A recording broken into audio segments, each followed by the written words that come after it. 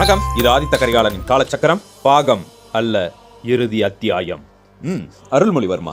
அரசி, அப்படி என்றால் மீண்டும் அவர்கள் வாழும் காலத்திற்கே செல்லச் சொல்லிவிட்டாயா? ஆம் அரசி. சரி, அவர்கள்தான் காலத்தை பின்னோக்கி கடந்து கொண்டே வருகிறார்களே, அவர்கள் எப்படி வாழ்வார்கள்? அது எனக்கும் ஒன்றும் புரியவில்லை அரசே. சரி, அப்படி என்றால் அவர்கள் சென்றுவிட்டு மீண்டும் உங்களை வந்து சந்தித்தார்களா இல்லையா? ஆம் அரசே, சந்தித்தார்கள். என்னை மீண்டும் மீண்டும் வந்து அதிக முறை சந்தித்துக் கொண்டேதான் இருக்கிறார்கள். அவர்களுக்கு எந்த பதிலும் அளிக்காமல் தான் அவர்களை மீண்டும் அவர்களுடைய காலத்திற்கு நான் அனுப்பி வைத்துக் கொண்டே இருக்கிறேன். அரசே, கூறு கர்ணா. அப்படியென்றால் நீங்கள் செய்தது தவறு அரசே. ஏன் கர்ணா? இதில் என்ன தவறு? அவர்கள் கேட்பதை நீங்கள் செய்து தந்திருக்க வேண்டும். நீங்கள் தவறு செய்து விட்டீர்கள். கர்ணா, என்ன கூறுகிறாய்? ஆம் அரசே என்று கூறிக்கொண்டே இருக்க அனங்கன் கர்ணாவின், அதாவது ஆதித்த கரிகாலனின் கைகளை பிடித்துக் கொண்டே இருந்தான். எதுவும் பேச வேண்டாம் என்று அவனுக்குள் நினைத்துக் கொண்டு கண்களை அசைத்துக் கொண்டே ஆதித்த கரிகாலனின் கைகளை பிடித்தும் பிடிக்காமலும் சீண்டிக்கொண்டே இருந்தான். இதையெல்லாம் பார்த்த வந்தியத்தேவன், ஐயோ, ஆதித்த கரிகாலர் எதற்காக இப்போது எழுந்து பேசுகிறார்? ஐயோ, என்ன செய்வது என்று தெரியவில்லையே. அப்படி என்றால் கர்ணாவை உடனடியாக இங்கே வர வைக்க வேண்டியதுதான் என்று அவன் எண்ணிக்கொண்டு ஆதித்த கரிகாலரின் பேச்சை நிறுத்துவதற்காக, அரசே, கூறு வந்தியத்தேவா. கர்ணா கூறுவதும் சரிதான். நீங்கள் அவர்களுக்கு ஏதோ ஒரு பதிலை தந்திருக்க வேண்டும். இல்லையென்றால் அவர்கள் கூறுவது போல் ஏதாவது ஒரு முயற்சியை நீங்கள் எடுத்திருக்க வேண்டும்.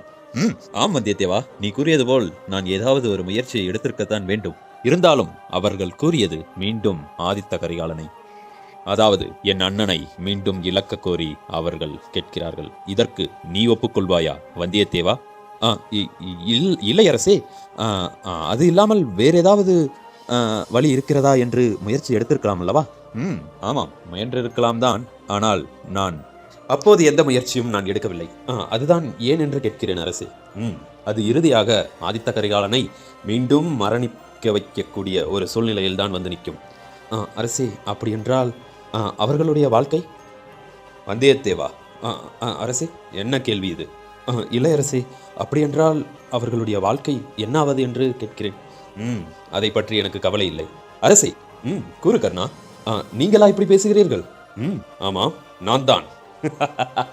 இந்த ராஜ சோழன் தான் இப்படி பேசுகிறேன். என்ன வேண்டும் கூறுங்கள். கர்ணா, நீ சிறிது நேரம் அமைதியாக இரு. சரி பல்லவரே. அரசி, கூறுங்கள் பார்த்திபேந்திர பல்லவரே. இருந்தாலும் நீங்கள் செய்தது தவறல்லவா? நான் என்ன தவறு செய்தேன்? இல்லை, அவர்கள் உங்களை நாடி வந்திருக்கும் போது அவர்களுக்கு நீங்கள் உதவி இருக்க வேண்டும் அல்லவா? ஆமாம், உதவி இருக்க வேண்டும் தான். இப்போது உதவவில்லை, என்ன செய்யலாம் என்று நீங்கள் கூறுகிறீர்கள்? இல்லை அரசே, அவர்கள் இறுதியாக ஆதித்த கரிகாலரின் உயிரைத்தான் கேட்கிறார்களா?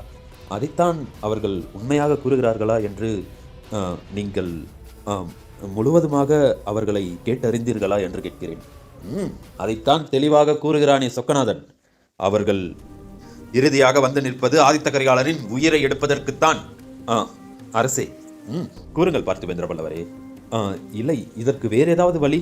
வேறு எதுவும் வழி இல்லை என்று அவனை கூறிவிட்டான். சரி, இப்படியெல்லாம் அனைவரும் என்னிடம் கேள்வி கேட்கிறீர்கள் அல்லவா? ஆமாம். அப்படி என்றால் நீங்கள் கூறுங்கள் பார்த்திபேந்திர பல்லவரே. அவர்களை ஆதித்த கரிகாலரை கொல்வதற்காக அனுமதிக்கலாமா? இல்லை அரசே. எந்த பதிலும் தெரியவில்லையோ? இல்லை அரசே. நான் என்ன கூற போகிறீர்கள்? ஒன்றுமில்லை அரசே.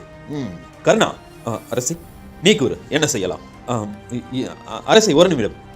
கூறு வந்தியத்தேவா, என்ன? இல்லை, என்ன? இல்லை அரசே. சரி, அப்படி என்றால் நீ கூறு. அவர்களை ஆதித்த கரிகாலரை கொல்ல அனுமதிக்கலாமா வேண்டாமா என்று நீ கூறு. இல்லை அரசே. அரசே, கூறுங்கள் அருள்மொழிவர்மா, நீங்கள் கூறுங்கள். அவர்களை அனுமதிக்கலாமா? குந்தவை, நீ கூறு, அவர்களை அனுமதிக்கலாமா? தாத்தா, நீங்கள் கூறுங்கள். அப்படி என்றால் அடே காவலாளியே. அரசே, நீ கூறடா, உனக்கு என்ன தோன்றுகிறதோ அதை நீ கூறு. இல்லை அரசே, எனக்கு ஒன்றும் தோன்றவில்லை. உங்களை விட்டுவிட்டேன் அல்லவா மதியழகரே, நீங்கள் கூறுங்கள். அவர்களை அனுமதித்து விடலாமா? ஐயோ அரசே, என்னிடம் திரும்புகிறீர்கள். நான் முடிவெடுக்கும் இடத்தில் இல்லை. அப்படி என்றால் இங்கிருக்கும் யாராவது ஒருவர் முடிவெடுங்கள், அவர்களை அனுமதிக்கலாமா வேண்டாமா என்று. அரசருக்கு வணக்கம். யார் நீ? வாயில் காவலன். என்ன வேண்டும்? உங்களை தேடி ஒற்றன் வந்திருக்கிறான். என்ன செய்தி? ஏதும் அறியவில்லை அரசே. தங்களிடமே கூற வேண்டும் என்பதற்காக அவர் காத்து கொண்டிருக்கிறார். அப்படி என்றால் அவர்களை உள்ளே அனுப்பு. சரி அரசே. அரசே, கூறுங்கள் அருள்மொழிவர்மா. ஒற்றனிடமிருந்து என்ன செய்தி என்று கேட்டறிந்து கொள்ளுங்கள். சரி அருள்மொழிவர்மா. அரசருக்கு வணக்கம். வாருங்கள், என்ன செய்தி? அரசே, ஒரு முக்கியமான செய்தி. அனைத்து முக்கியமான விடயங்களையும் கேட்டு அறிந்து கொள்ளும் அனைவரும் தான் இங்கே இருக்கிறார்கள். என்ன விடயம் என்பதை தெளிவாக கூறு. அரசே, கூறுகிறேன். என்ன முழித்துக் கொண்டிருக்கிறீர்கள்? கூறுங்கள். அரசே, கூறுகிறேன் அரசே. படை படை படைபலங்கள் வந்து கொண்டுள்ளது. எங்கிருந்து? அரசே, கூறு, எங்கிருந்து? பாண்டிய தேசத்திலிருந்து படைபலங்கள் சோழ தேசத்தை நோக்கி வந்து கொண்டுள்ளது. ஓ, பாண்டியர்களின் படை சோழ தேசத்தை எதிர்க்க தயாராகி கொண்டுள்ளதோ? இல்லை அரசே. வேற என்ன? தயாராகி வந்து கொண்டிருக்கிறது. ஓ, சரி சரி. அவர்கள் போருக்கு தயாராகிவிட்டால் நமது படைகளையும் ஏற்பாடு செய்யுங்கள். போர்க்களத்தை கண்டுவிடுவோம். அது மட்டும் இல்லை அரசே. வேற என்ன விடயம்? இளையரசே, சேரர்களும் ஒருபுறம் படையெடுத்து வந்து கொண்டுள்ளார்கள். என்ன? ஆமரசே. அருள்மொழிவர்மா, கூறுங்கள் அரசே. இருபுறமும் படைபலங்கள். ஆமரசே. சரி, காவலாளியே. அரசே, படைபலங்களை இருபாதியாக பிரித்து ஆளுக்கு ஒரு திசையில் தயாராக சொல்லுங்கள். சரி அரசே. அரசே, கூறுவற்றா. அது மட்டுமல்ல, வேற என்ன விடயம்? ராசகூடர்களும் ஒருபுறம். ஓ, அப்படியா விடயம்? ஆமாம் அரசே. ஓ, சரி சரி. அப்படி என்றால் வேறு என்னென்ன படைகள் நம்மை நோக்கி வந்து கொண்டுள்ளது? அரசே, சாளுக்கியர்களும். ஏன் ஏன் கர்ணா சிரிக்கிற? ஒன்றும் இல்லை அருள்மொழிவர்மரே. அனைவரும் நம்மை வட்டமிடுகிறார்களோ? ஏன் ஏன் கர்ணா, நீ என்ன செய்ய போகிறாய்? நான் என்ன செய்ய போகிறேனா? நான் இந்த படையை நடத்துகிறேன். என்ன கர்ணா, விளையாடுகிறாயா? ஆமாம், இதுவும் விளையாட்டுத்தான். என்ன கர்ணா கூறுகிறாய்? ஒன்றும் புரியவில்லை. அது ஒன்றும் இல்லை அருள்மொழிவர்மா. போர்க்களம் கண்டு வெகு நாட்கள் ஆகிவிட்டது. அதனால் தான் இப்போது போர்க்களத்தில் நாம் நிற்கப் போகிறோம் என்றால் மனதிற்கு கொஞ்சம் இதமாக உள்ளது. என்ன கர்ணா கூறுகிறாய்? ஒன்றும் புரியவில்லை. இல்லை அருள்மொழிவர்மரே. போர்க்களத்தில் வெகு நாட்களாக நாம் சண்டையிடவில்லை. கிட்டத்தட்ட 7 வருடங்களுக்கு மேலாகிவிட்டதல்லவா? ஆமாம். ஆதலால் தான் இந்த முறை சண்டை போடலாம் என்று முடிவெடுத்து விட்டேன் என்று ஆதித்த கரிகாலன் தனது முகத்தில் அணிந்திருந்த மாறுவேடத்தை, அதாவது அந்த தாடியை பிடித்து இழுக்க அது கலண்டு தனியாக வந்து விழ அதை பார்த்து அங்கிருந்த அனைவரும், ஐயோ, ஆதித்த கரிகாலர் ஏன் இப்படி செய்கிறார்? பல்லவரே, என்ன இது? ஒன்றும் தெரியவில்லை வந்தியத்தேவா. அரசே அரசே, பல்லவரே, ஏதாவது செய்யுங்கள். நாம் தீட்டி வந்த திட்டங்கள் அனைத்தையும் ஆதித்த கரிகாலர் சுதப்பிக் கொண்டே உள்ளார். என்ன செய்வது? ஒன்றும் தெரியவில்லை. அவர்தான் முடிவு எடுத்து விட்டார் அல்லவா? இனி ஒன்றும் பண்ண முடியாது. ஆமாம் அரசே. ஏமா மார்கழி, என்னம்மா இது? அமைதியாக இருங்கள் தந்தையே. அனைத்தும் உங்களால் வந்தது. என்ன, என்னால் வந்ததா? நான் என்ன செய்தேன்? சற்று பொறுமையாக இருங்கள். சரியம்மா. அரசே, பல்லவரே, எப்படியாவது அருள்மொழிவர்மரை இங்கிருந்து அழைத்துச் செல்லுங்கள். பிறகு நாம் ஏதாவது பேசிக்கொள்வோம். இவ்வாறு இந்த ஆலோசனை கூட்டம் நடைபெற்றுக் கொண்டே இருக்க, அந்த நேரத்தில் மறுமுனையில், அங்கே பார், அவருடைய பெயர் கர்ணா தானே? ஆமாம். கர்ணா அங்கே என்ன செய்து கொண்டிருக்கிறான்? ஒன்றும் புரியவில்லையே. கர்ணா எதற்காக அங்கே மேலே நின்று கொண்டிருக்கிறான்? கர்ணா, கர்ணா, கர்ணா! அமைதியாக இருங்கள். கண்டிப்பாக அவர்களுக்கு கேட்காது. நாம் இங்கிருந்து நேரடியாக கர்ணாவிடம் செல்ல வேண்டும். எப்படி செல்வது? அங்கு பார்த்தாயா எத்தனை பேர் இருக்கிறார்கள் என்று? ஆமாம் கடம்பரை, நானும் கண்டேன். ஆனால் இருந்தாலும் என்ன செய்ய? நாம் இப்போது அங்கு சென்று கர்ணாவை முதலில் சென்று அவனிடம் பேசினால்தான் நமக்கு ஏதாவது ஒன்று நல்லதாக நடக்கும். சரி சரி. இப்போது நாம் அருள்மொழிவர்மரை சந்திக்க வேண்டும். அவரிடம் உதவி கேட்டு நீங்கள் வந்திருக்கிறீர்கள் அல்லவா? ஆமாம் கடம்பா. சரி சொக்கநாதா, அப்படி என்றால் என்ன உதவி? இல்லை இல்லை, அதை நான் அவரிடமே கேட்கிறேன். சரி, அப்படி என்றால் இப்போது நேரடியாக கர்ணாவை சென்று சந்திப்போமா? ஆமாம். சரி கடம்பரே. கூறு சவரா. ஏன் இங்கு ஆலோசனை கூட்டம் இப்போது எதற்காக நடைபெற்று கொண்டுள்ளது? அதுதான் யாருக்கும் தெரியவில்லை. இங்கு ஒரு ஆலோசனை கூட்டம் நடக்கிறது என்று இந்த தமிழகம் முழுவதும் அனைவருக்கும் தெரியும். ஆனால் இந்த ஆலோசனை கூட்டத்தில் என்ன நடக்கப் போகிறது என்பது மட்டும் யாருக்கும் தெரியவில்லை. அதுபோன்ற முக்கியமான அனைவரும் அந்த ஆலோசனை கூட்டத்தில் கலந்துள்ளனர். உள்ளனர். அதனால் தான் இவ்வளவு பாதுகாப்பு. சரி சரி கடம்பரே. அப்படி என்றால் இப்போது கருணாவை எப்படி சென்று சந்திப்பது? நீயே ஏதாவது ஒரு யோசனை இருந்தால் கூறுக்குள்ளா. நாம் சென்று சந்திப்போம். சரி. நானும் முன்பு இருந்து கேட்டுக்கொண்டே இருக்கிறேன். அவர்கள் இருவரும் யார் என்று கேட்டேன். நீங்கள் எதுவுமே கூறவில்லை. இல்லை கடம்பரே. அவர்கள் இது மலர். மலர் என்றால் மலர் என்றால் யார் அது? சொக்கநாதன் இருக்கிறான் அல்லவா? ஆமாம், அவனுடைய அக்கன். ஓ, அப்படியா? ஆமாம் கடம்பரே. சரி, அவர் அவர் போலீஸ் அதிகாரி. என்ன? அவர் காவல்துறை. ஒன்றும் புரியவில்லை. இங்கு காவலாளிகள் இருக்கிறார்கள் அல்லவா? ஆமாம். அது போன்ற ஒரு அதிகாரம் மிக்க ஒரு நபர். அவரும் நமது நண்பர் தான். ஓ, அப்படியா? ஆமாம் கடம்பரே. சரி குல்லா, அப்படி என்றால் நீங்கள் என்ன செய்யுங்கள், இருவர் மட்டும் பிரிந்து நேராக கடம்பன் இருக்கும் இடத்திற்கு ஏதாவது ஒரு வழியில் யாரும் கண்டறியாத வகையில் சென்றடைந்து விடுங்கள். நான் என்ன செய்கிறேன் என்றால், இங்கிருக்கும் காவலாளிகளில் சிலர் எனக்கு தெரிந்தவர்கள் இருக்கிறார்கள். அவர்களிடம் ஏதாவது ஒன்றை பேசிக்கொண்டே இரு பெண்டீரையும் நான் உள்ளே அழைத்து செல்கிறேன். ஆனால் இன்னொரு விடயம். என்ன கடம்பரே? நீங்கள் மூவர் செல்லுங்கள். மூவர் சென்று கர்ணாவை சந்தியுங்கள். நான் ஏதோ ஒருவரை மட்டும், ஏதாவது ஒரு ஆணை மட்டும் நான் கூட்டிச் செல்வேன். 2 பெண்டீர் என்றால் 2 பெண்டீர்களையும் நான் எப்படியாவது ஏதாவது கூறி சமாளித்து விட்டு சென்று விடுவேன். நீங்கள் எப்படியாவது கர்ணா இருக்கும் இடத்தை சென்று அடைந்து விடுங்கள். சரி சரி, அப்படி என்றால் நாங்கள் செல்கிறோம். நானும் சவராவும் இந்த இல்லை, சொக்கநாதனும் செல்கிறோம். இந்த அதிகாரி இருக்கிறார் அல்லவா, இவரையும் இந்த 2 பெண்டிதர்கள் என்று கூறினீர்கள் அல்லவா? ஆமாம் ஆமாம். அவர்கள் இருவரையும் நீங்கள் கூட்டிச் செல்லுங்கள். நாங்கள் பிறகு பார்த்துக்கொள்கிறோம். சரியா? சரி சரி குல்லா. எதுவும் மாட்டிக்கொள்ளாதீர்கள். பிறகு என்ன நடக்கும் என்று ஒன்றும் புரியவில்லை. சரியா?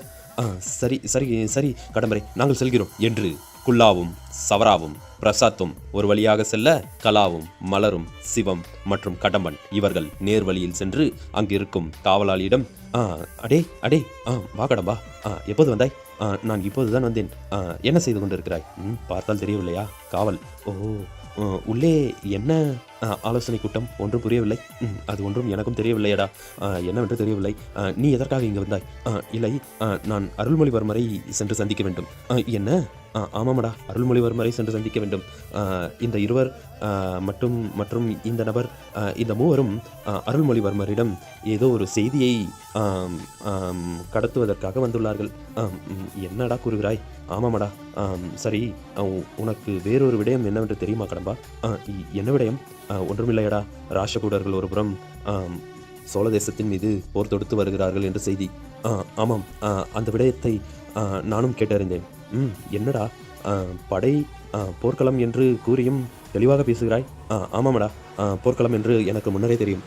இது மட்டுமல்லடா. வேற என்னடா? ஆம் கடம்பா, இது மட்டுமல்ல. பாண்டியர்கள் ஒருபுறமும், சேரர்கள் ஒருபுறமும், சாளுக்கியர்கள் ஒருபுறமும் படையெடுத்து சோழ தேசத்தையே வட்டமிட்டு கொண்டிருக்கிறார்கள். என்னடா கூறுகிறாய்? ஆம் கடம்பா, இந்த விடயமெல்லாம் தற்போதுதான் தெரிந்தது. சரி, அப்படியென்றால் போர்ப்படை வீரர்கள் அனைவரையும் ஏற்பாடு செய்து கொண்டிருக்கிறார்கள். எந்த ஒரு முன்னறிவிப்பும் இல்லாமல் இந்த போர்க்களம் துவங்குகிறது. அதனால் என்ன நடக்கும் என்று ஒன்றும் புரியவில்லையடா. சரி சரி, நான் ராஷகூடர்களுடன் போர் இப்போது துவங்க இருக்கிறது என்று கூறினேன் அல்லவா? ஆமாம் கடம்பா, அதை பற்றித்தான் அருள்மொழிவர்மரிடம் பேச வேண்டி இவர்கள் மூவரும் வந்திருக்கிறார்கள். இவர்களை உள்ளே அனுமதித்தால் நான் சென்று சில முக்கியமான விடயங்களை அருள்மொழிவர்மரிடமும் அரசரிடமும் கூறிவிடுவேன். நீ தான் உதவ வேண்டும். அப்படியா? நான் வேண்டுமானால் மேலே உள்ள காவலாளியிடம் கேட்டுவிட்டு வரவா? சென்று கேட்டுவிட்டு வா என்று அவனும் அங்கிருந்து மேலே ஒரு காவலாளியிடம் செல்ல, இவர்கள் இங்கேயே காத்து கொண்டிருந்தார்கள். சபரா, எப்படியாவது இது வழியாக ஏறி வாடா. யாருக்கும் தெரியாது. அங்கே இருக்கிற சிலை வந்து நம்மளை மறைச்சிச்சுடா. ஏறி வா. இதை வரண்டா. டேய் பிரசாத், சொல்லுக்குள்ளா. எங்கடா இன்னும் மேலே ஏறுற? டேய், இன்னும் மேலே ஏறினாதான்டா கருணா இருக்கிற இடத்துக்கு போக முடியும். சரிடா, இருந்தாலும் அவ்வளோ ஹைட்டாக ஏறினா எப்படி? போனதாண்டா போக முடியும். பின்னாடியே வாடா. சரிடா, ரொம்ப ஹைட்டில் ஏறினா யாராவது பார்த்துட போகிறாங்க. அதை பார், பெரிய சிலை ஒன்று நிற்கிது. அந்த சிலையை தான் நம்மளை இது வரைக்கும் காப்பாற்றிக்கிட்டு இருக்கு. அமைதியாக பின்னாடி ஏறி வா. சத்தம் போட்டு காட்டி கொடுத்துடாத. சரிடா. இதோ ஏறி வரேன். டேய் சவரா, பார்த்து வாடா. இதோ வரேன்டா. அப்பா. டேய் அங்கே பாடுறா. டேய், என்னடா? அங்கே பாடுறா, உள்ள என்ன நடக்குதுன்னு தெரியுது. எங்கடா? அங்கே பாடுறா, கீழே அந்த அந்த ஒரு சின்னதாக ஒரு ஓட்டர் இருக்கு, அது வழியாக பாடுறா. ஆமாண்டா. ஆதித்த கரிகாலர், அருள்மொழிவர்மர், வந்தியத்தேவன், அனங்கன், அனைவரும் இருக்கிறார்களாடா. சரி, நமக்கு இப்போது அது முக்கியமல்ல. வா, நேரடியாக கர்ணாவை சென்று சந்திப்போம். சரியடா, வா செல்வோம் என்று செவுத்தை இறுக்கி பிடித்துக்கொண்டு பொறுமையாக அந்த கட்டடத்தில் நடந்து கொண்டிருந்தார்கள் பிரசாத், சவரா, குல்லா. இவர்கள் மூவரும் இங்கு நடந்து கொண்டிருக்க அவர்கள் நால்வரும் அங்கு காத்து கொண்டிருந்தார்கள். அதே நேரம் ஆலோசனை கூட்டத்தில் அண்ணா, என்ன அருள்மொழிவர்மா? அண்ணா, நீங்கள் எப்படி இங்கு? ஆமாம், நான் தான். வந்தியத்தேவா. அருள்மொழிவர்மரே, என்ன இது? தெரியவில்லை அரசே. உனக்கு தெரியாமல் எப்படி இது நடக்கும்? இளையரசே, எனக்கு தெரியாது அரசே. அப்படி என்றால் அனங்கனுடைய வேலையோ? நீ முழிப்பதிலேயே தெரிகிறது. நான் இந்த விடயம் ஆதித்த கரிகாலருக்கு எந்த காரணம் கொண்டும் தெரியக்கூடாது என்று உங்களிடம் எத்தனை முறை படித்து கூறினேன். ஆனால் இப்போது என்ன செய்துவிட்டு வந்து இங்கு நின்று கொண்டிருக்கிறீர்கள்? இளையரசே, நாங்கள் கூறினோம். ஆனால் என்ன? ஆனால் இளையரசே, அருள்மொழிவர்மர். என்ன? இளையரசே, ஆதித்த கரிகாலர் நான் வந்தே தீர்வேன் என்று கூறினார். எங்களுக்கு வேறு வழி தெரியவில்லை அரசே. நாங்கள் எதையும் அவரிடம் கூறவில்லை அரசே. ஆனால் அவர் இந்த ஆலோசனை கூட்டத்தில் என்னை அருள்மொழிவர்மர் அழைக்கவில்லை. ஆதலால் நானும் வருவேன். என்ன விடயம் என்று நான் தெரிந்து கொள்ள வேண்டும். ஏன் என்னிடமிருந்து அருள்மொழிவர்மன், வந்தியத்தேவன் அனைவரும் என்னிடமிருந்து ஏதோ ஒரு விடயத்தை மறைக்கிறார் என்று அவர்கள் தெரிந்து கொள்ள வேண்டும் என்று ஆவலுடன் அவர் எங்கள் பேச்சை கேட்காமல் அவரும் எங்களுடனே வந்துவிட்டார் அரசே. உங்களுடன் என்றால் உங்களுடன் யார் யார் வந்தது? அரசே, மதியழகருடன் வந்தோம். என்ன? ஆமாம் அரசே. ஐயோ, என்னை என்னடா மாட்டி விடுகிறான். அம்மா மார்கழி, ஏதாவது ஒன்று கூறி சமாளித்து விடு. அருள்மொழிவர்மரிடம் என்னை மாட்டிவிட்டு விட்டான் அனங்கன். மாட்டிக்கொண்டாயா? வாங்கி கட்டிக்கொள். என்னம்மா நீயும் இப்படி கூறுகிறாய்? மதியழகரே. அரசே, கூறுங்கள் அரசே. என்ன இது? இல்லை அரசே, எனக்கு ஒன்றும் தெரியாது. நான் அந்த வழியாக வந்து கொண்டிருந்தேனா, என்னை திடீரென்று என்னை அழைத்து கொண்டு வா, வந்தியத்தேவனை பின்தொடர்ந்து வருவோம் என்று ஆதித்த கரிகாலர் தான் கூறினார். நானும் அவருடன் சென்று வந்துவிட்டேன். பிறகு பாருங்கள், இங்கு வந்து மாட்டிக்கொண்டேன். என்ன? ஆமாம், இங்கு வந்து மாட்டிக்கொண்டேன். இதற்கு முன்பு என்ன கூறினார்? இல்லை அரசே, வந்தியத்தேவனை பின்தொடர்ந்து வந்து கொண்டிருந்தோம். வந்தியத்தேவா? அரசே. உன்னை யார் பின்தொடர்கிறார்கள் என்னவென்று எதுவும் காணாமல் தான் வந்து கொண்டிருந்தாய பின்னரே? இல்லை அரசே, யாரோ என்னை பின்தொடர்ந்து வந்தது போல்தான் இருந்தது. ஆனால் நான் அவர்களை விட்டுவிட்டு வேகமாக வந்துவிட்டேன் அரசே. அதற்கு பிறகு அவர்கள் என்னை பின்தொடரவில்லை. அப்படி என்றால் இவர்கள் எப்படி இங்கு ஆலோசனை கூட்டத்திற்கு வந்தார்கள்? அதுதான் அரசே, வந்தியத்தேவனை பின்தொடர்ந்து கொண்டே வந்தோமா, அந்த நேரத்தில் காட்டு நரிகள் குதிரையை வேட்டையாடிவிட்டது. என்ன? ஆமரசே, குதிரையை வேட்டையாடியதால் நாங்கள் என்ன செய்வது என்று தெரியாமல் நின்று கொண்டிருந்த அதே தருணம், அந்த நேரத்தில் மார்கழியும் பார்த்திபேந்திர பல்லவரும் வந்தார்கள். பிறகு அவர்கள் வந்து எங்களுக்கு புது குதிரைகளை பெற்றுக் கொடுத்து எங்களுக்கு உணவையும் வாங்கி கொடுத்து அங்கிருந்து தஞ்சை வரை எங்களை கூட்டிக் கொண்டு வந்தார். அப்படி என்றால் நீங்கள் அனைவரும் ஒன்றாகத்தான் வந்தீர்கள் அல்லவா? ஆமரசே. அப்படி என்றால் கர்ணா எங்கே? அதே மறுமுனையில். கர்ணா, கர்ணா. சொக்கநாதன், வாருங்கள். எப்படி இருக்கிறீர்கள்? நான் நன்றாகத்தான் இருக்கிறேன். ஆலோசனை கூட்டத்தில் என்னவெல்லாம் பேசிக் கொண்டிருக்கிறார்கள்? நீங்கள் செய்த காரியங்கள் அனைத்தையும் போட்டு உடைத்து விட்டார் அருள்மொழிவர்மர். பிறகு நீங்கள் மீண்டும் ஆதித்த கரிகாலரை கொல்வதற்காக வருகிறீர்கள் என்று கூறுகிறார். அப்படி என்றால் அது உண்மையா? இல்லை கர்ணா, நாங்கள் கூற வருவதே வேறு. ஆனால் அருள்மொழிவர்மர் தவறாக புரிந்து கொண்டார். என்ன காரியம் செய்தீர்கள்? வேண்டுமானால் முதலில் எங்களை வந்து சந்தித்துவிட்டு பிறகு அனைவரையும் சென்று சந்திக்க வேண்டியதுதானே? ஏன் நேரடியாக அருள்மொழிவர்மரை சென்று சந்தித்தீர்கள்? அவரிடம் கூறினால் எப்படி ஒப்புக்கொள்வார் என்று நீங்கள் நம்பினீர்கள். இல்லை கர்ணா, நாங்கள் வேறு என்ன செய்வது என்று தெரியவில்லை. சரி, அப்படி என்றால் நீங்கள் இங்கேயே இருங்கள். நான் இப்போது எனது பெயரை அருள்மொழிவர்மர் உச்சரித்தார். நான் கீழே இறங்கி சென்று அவர்கள் என்ன கூறுகிறார்கள் என்று கேட்டுவிட்டு நான் பிறகு உங்களை வந்து சந்திக்கிறேன். இல்லை கர்ணா, நாங்களும் வருகிறோம். அவர் வேறு ஏதாவது கூறினால் என்ன செய்வது? எது நடந்தாலும் பார்த்து கொள்ளலாம். நீங்கள் தான் உதவ வேண்டும். ஐயோ, உதவி என்று நீங்கள் என்னை வந்து சந்தித்தால் எப்படி? ஒன்றும் புரியவில்லையே. சரி, வாருங்கள், சென்று அருள்மொழிவர்மரை சந்திப்போம். பிறகு அவர் என்ன கூறுகிறார்கள் என்று பார்ப்போம் என்று கர்ணாவும் பிரசாத், குல்லா, சவரா என்று நால்வரும் ஒரு வழியாக இறங்கி அருள்மொழிவர்மர் இருக்கும் இடத்திற்கு வந்து அடைந்தார்கள். அதே மறுமுனையில் கடவா, கூறடா, சரி, நான் அவரிடம் கேட்டுவிட்டேன். நீங்கள் அனைவரும் செல்லுங்கள். சென்று நேரடியாக அருள்மொழிவர்மரை சந்திக்க முடியாது.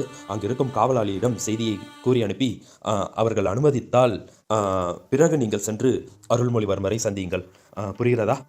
சரியடா, நான் வருகிறேன் என்று கடம்பனும் அங்கிருந்த மலர், கலா மற்றும் சிவம் இவர்கள் நால்வரும் ஒருபுறமாக வந்து கொண்டிருக்க, அதே நேரத்தில் 2 காவலாளிகள் வேறு வேறு முனையில் இருந்து ஓடி வந்து, அரசருக்கு வணக்கம், அரசருக்கு வணக்கம். என்ன இருவரும் வருகிறீர்கள்? என்ன வேண்டும்? இல்லை அரசே, தங்களை தேடி கர்ணா என்ற ஒரு நபர் வந்திருக்கிறார். அவர் உங்களை சந்திக்க வேண்டும் என்று கூறினார். அப்படி என்றால் உன்னுடைய விடயம்? உங்களை தேடி கடம்பன் என்ற ஒருவர் வந்திருக்கிறார். அவர் உங்களை சந்திக்க வேண்டும் என்று கூறினார். சரி, அவர்களை வரச் சொல்லுங்கள் என்று அருள்மொழிவர்மர் கூற, உடனே அந்த 2 காவலாளிகளும் சென்று அங்கிருந்த அனைவரும் அந்த ஆலோசனை கூட்டம் நடக்கும் இடத்திற்கு அனுமதி அளித்தார்கள். அவர்களும் வந்து அருள்மொழிவர்மரை சந்தித்தார்கள். சரி சரி சரி சரி சரி அருள்மொழிவர்மா, கூறுங்கள் அண்ணா.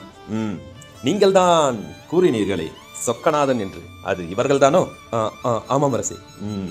நான் அந்த கடம்பூரில் என்னை கொல்ல வந்தார்கள் என்று என்னை காப்பாற்ற வந்தாய் அல்லவா? ஆமாம் அரசே. அப்போது தெரிந்தது. இவர்கள் யார் என்று தெரியவில்லை, புதிதாக இருக்கிறார்கள்.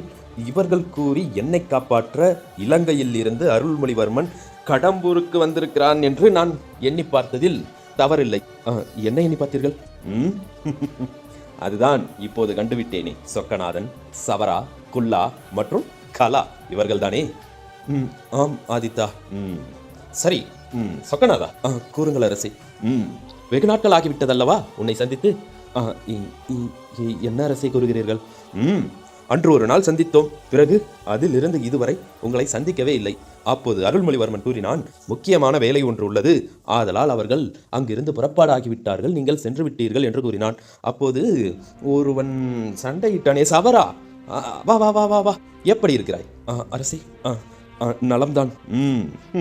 நன்றாக சண்டையிட்டாய். அரசே, ஆமாம், நன்றாக சண்டையிட்டாய்.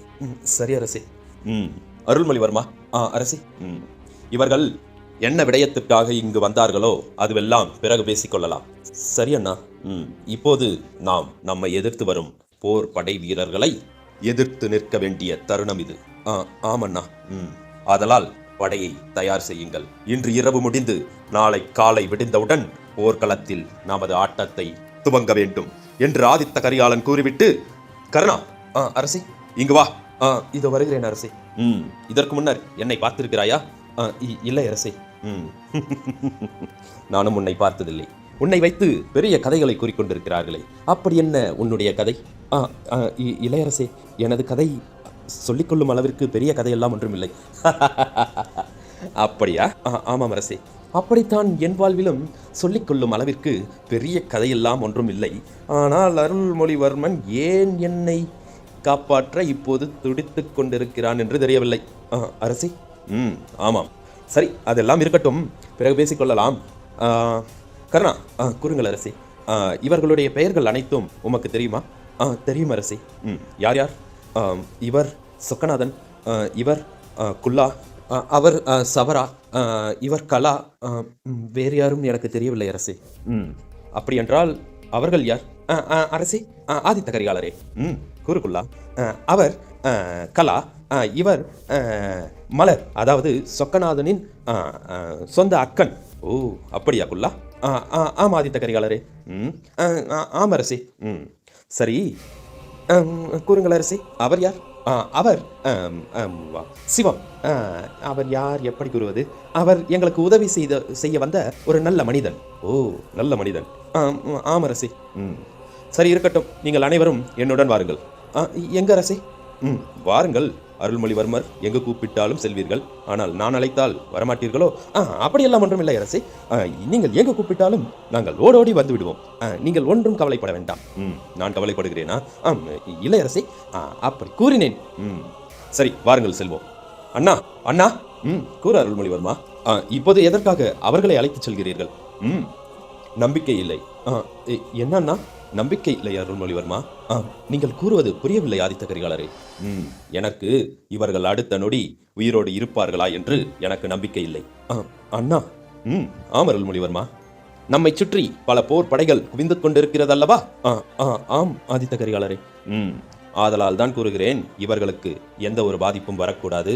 இவர்களுக்கு உயிர் முக்கியம். இவர்கள் காப்பாற்றப்பட வேண்டும். ஆதலால் தான் நம்பிக்கை இல்லை என்று கூறுகிறேன். இல்லை இல்லை ஆதித்த கரிகாலரே, நீங்கள் கூறுவது சரியில்லை. என்ன சரியில்லை? ஏன் ஆதித்த கரிகாலரே? என் மீது நம்பிக்கை இல்லை என்று தெளிவாக கூறிவிட வேண்டியதுதானே? அருள்மொழிவர்மா, கூறுங்கள் ஆதித்த கரிகாலரே. நீ ஒன்றும் கவலைப்பட வேண்டாம். நமக்கு இப்போது இது நேரமல்ல. நம்மை சுற்றி வளைத்துக் கொண்டிருக்கும் அனைத்து போர் படை வீரர்களையும் எதிர்த்து சண்டையிட்டு அவர்களை வென்று காட்டி சோழர்கள் சிறந்தவர்கள் என்று காட்ட வேண்டும். அனைத்திலும் சிறந்தவர்கள் என்று காட்ட வேண்டும். ஆதலால் இப்போது இது நமக்கு உரிய தருணமல்ல. இவர்களை பாதுகாப்பது எனது கடமை. நான் பார்த்துக் கொள்கிறேன். மற்ற விடயங்களை எல்லாம் அரசரை கேட்டு நீ தயார் செய்து வை. நான் பிறகு வந்து சந்திக்கிறேன் என்று அங்கிருந்த அனைவரையும் அழைத்துக் கொண்டு ஆதித்த கரிகாலர் ஒரு திசையை நோக்கி சென்று கொண்டிருந்தான். அருள்மொழிவர்மா, கூறுங்கள் அரசே. சரி, நீ ஒன்றும் கவலைப்பட வேண்டாம். அனைத்தும் குந்தவை பார்த்துக் கொள்வார். குந்தவை, கூறுங்கள் சிறியதாதியே. ஆதித்த கரிகாலர் அவர்களை எங்கு அழைத்துச் செல்கிறார்? அவர்களுக்கு தேவையான உணவு, அவர்கள் இருப்பதற்கான இடம் அனைத்தையும் செய்து அவர்களை பத்திரமாக பார்த்துக்கொள். சரி அரசே. குந்தவை, கூறுங்கள் சிறியதாதியே. மேலும் உனக்கு உதவியாக மார்கழியும் அழைத்துச் செல். இல்லை அரசே. ஏனம்மா மார்கழி? நான் போர்க்களத்திற்கு வருகிறேன். அப்படி என்றால் உனக்கு மட்டும்தான் இங்கு போர்க்கலைகள் தெரியும் என்று நினைக்கிறாயோ? இல்லை இல்லை அரசே. குந்தவைக்கும் போர் யுத்திகள் அனைத்தும் அவளுக்கும் தெரியும். ஆனால் அவளை ஏன் அங்கு அனுப்புகிறேன் என்று உமக்கு புரிகிறதா? புரிகிறது அரசே. இருந்தாலும் அரசர் கொடுத்த வேலைக்கு மறுப்பு தெரிவிக்காதே மார்கழி. சரி அரசே, நான் செல்கிறேன் என்று குந்தவையும் மார்கழியும் ஆதித்த கரிகாலனை பின்தொடர்ந்து சென்றார்கள். ஆதித்த கரிகாலரே. கூறம்மா மார்கழி. எங்களையும் பாதுகாப்பிற்காக அனுப்பி வைத்து விட்டார் அரசர். சரி, வாருங்கள். நான் இப்போது போர்க்களத்திற்கு செல்ல வேண்டும். குந்தவை, கூறுங்கள் அண்ணா. இவர்களை பத்திரமாக பார்த்துக்கொள். அருள்மொழிவர்மர் கூறியது எல்லாம் உமக்கு புரிந்ததல்லவா? புரிந்தது. அருள்மொழிவர்மன் கூறுவதெல்லாம் என்னால் நம்ப முடியவே இல்லை. ஆனால் இவர்களும் ஏதோ ஒரு மன வருத்தத்தால் மனதில் இருக்கும் கஷ்டத்தை யாரிடம் கூறுவது என்று தெரியாமல் தானே நம்மை சந்திக்க வந்திருக்கிறார்கள். இவர்களுக்கு வேண்டியதை செய்து தர வேண்டியது நமது கடமை அல்லவா? ஆமண்ணா. அதனால் தான் கூறுகிறேன், இவர்களை பத்திரமாக பார்த்துக் கொள்ளுங்கள். புரிகிறதா? சரி சரி அண்ணா. மார்கழி, அரசே, நீ போர்க்களத்திற்கு என்னுடன் வருவாயா? நிச்சயம் அரசே, கண்டிப்பாக வருகிறேன். அப்படி என்றால் உனக்கு வேறொரு வேலை இருக்கிறது. என்ன அரசே? இவர்களை பத்திரமாக பார்த்துக்கொள். நாளை காலை உனக்கு செய்தி வந்து சேரும். சரி அரசே, நிச்சயம் காத்திருப்பேன். சரியம்மா, வருகிறேன் என்று ஆதித்த கரிகாலன் குந்தவையையும் மார்கழியையும் அவர்களை பார்த்துக்க சொல்லிவிட்டு அங்கிருந்து புறப்பாடானார். அங்கிருந்து படை வீரர்களை சென்றடைந்த ஆதித்த கரிகாலன் அங்கு அருள்மொழிவர்மர், வந்தியத்தேவன் மற்றும் அனங்கன் இவர்கள் எல்லாம் ஒன்றாக நின்று கொண்டு படை வீரர்களை தயாராக சொல்லிக் கொண்டிருந்தார்கள். அதே நேரம் ஆதித்த கரிகாலரும் அந்த இடத்திற்கு வந்து சேர, வாருங்கள் அண்ணா. அருள்மொழிவர்மா, கூறுங்கள். ஒரு நிமிடம். இதோ வருகிறேன் அண்ணா. அனங்கனையும் வந்தியத்தேவனையும் அழைத்து கொண்டு வா. இதோ வருகிறேன் அண்ணா. வந்தியத்தேவா. அரசே, இங்கு வா. இதோ வருகிறேன். அனங்கா, வருகிறேன் அரசே. சரி, இன்று நடந்தது எதுவும் உங்களுக்கு நினைவில் இருக்கக்கூடாது. சரி அண்ணா. நாளை போர்க்களத்தில் எப்பேற்பட்ட சூழ்நிலை வந்தாலும் யாரும் யாருக்காகவும் உதவக்கூடாது. அண்ணா. நாலாபுரமும் போர் படைகள் சூழ்ந்திருக்க அனைவரது கண்ணும் நம்மை நோக்கித்தான் இருக்கும். அவர்களை வெல்வது என்பது ஒரு கடினமான விடயம்தான். ஆனால் நாம் வென்றே தீர வேண்டும். சரி அண்ணா. வந்தியத்தேவா. அரசே.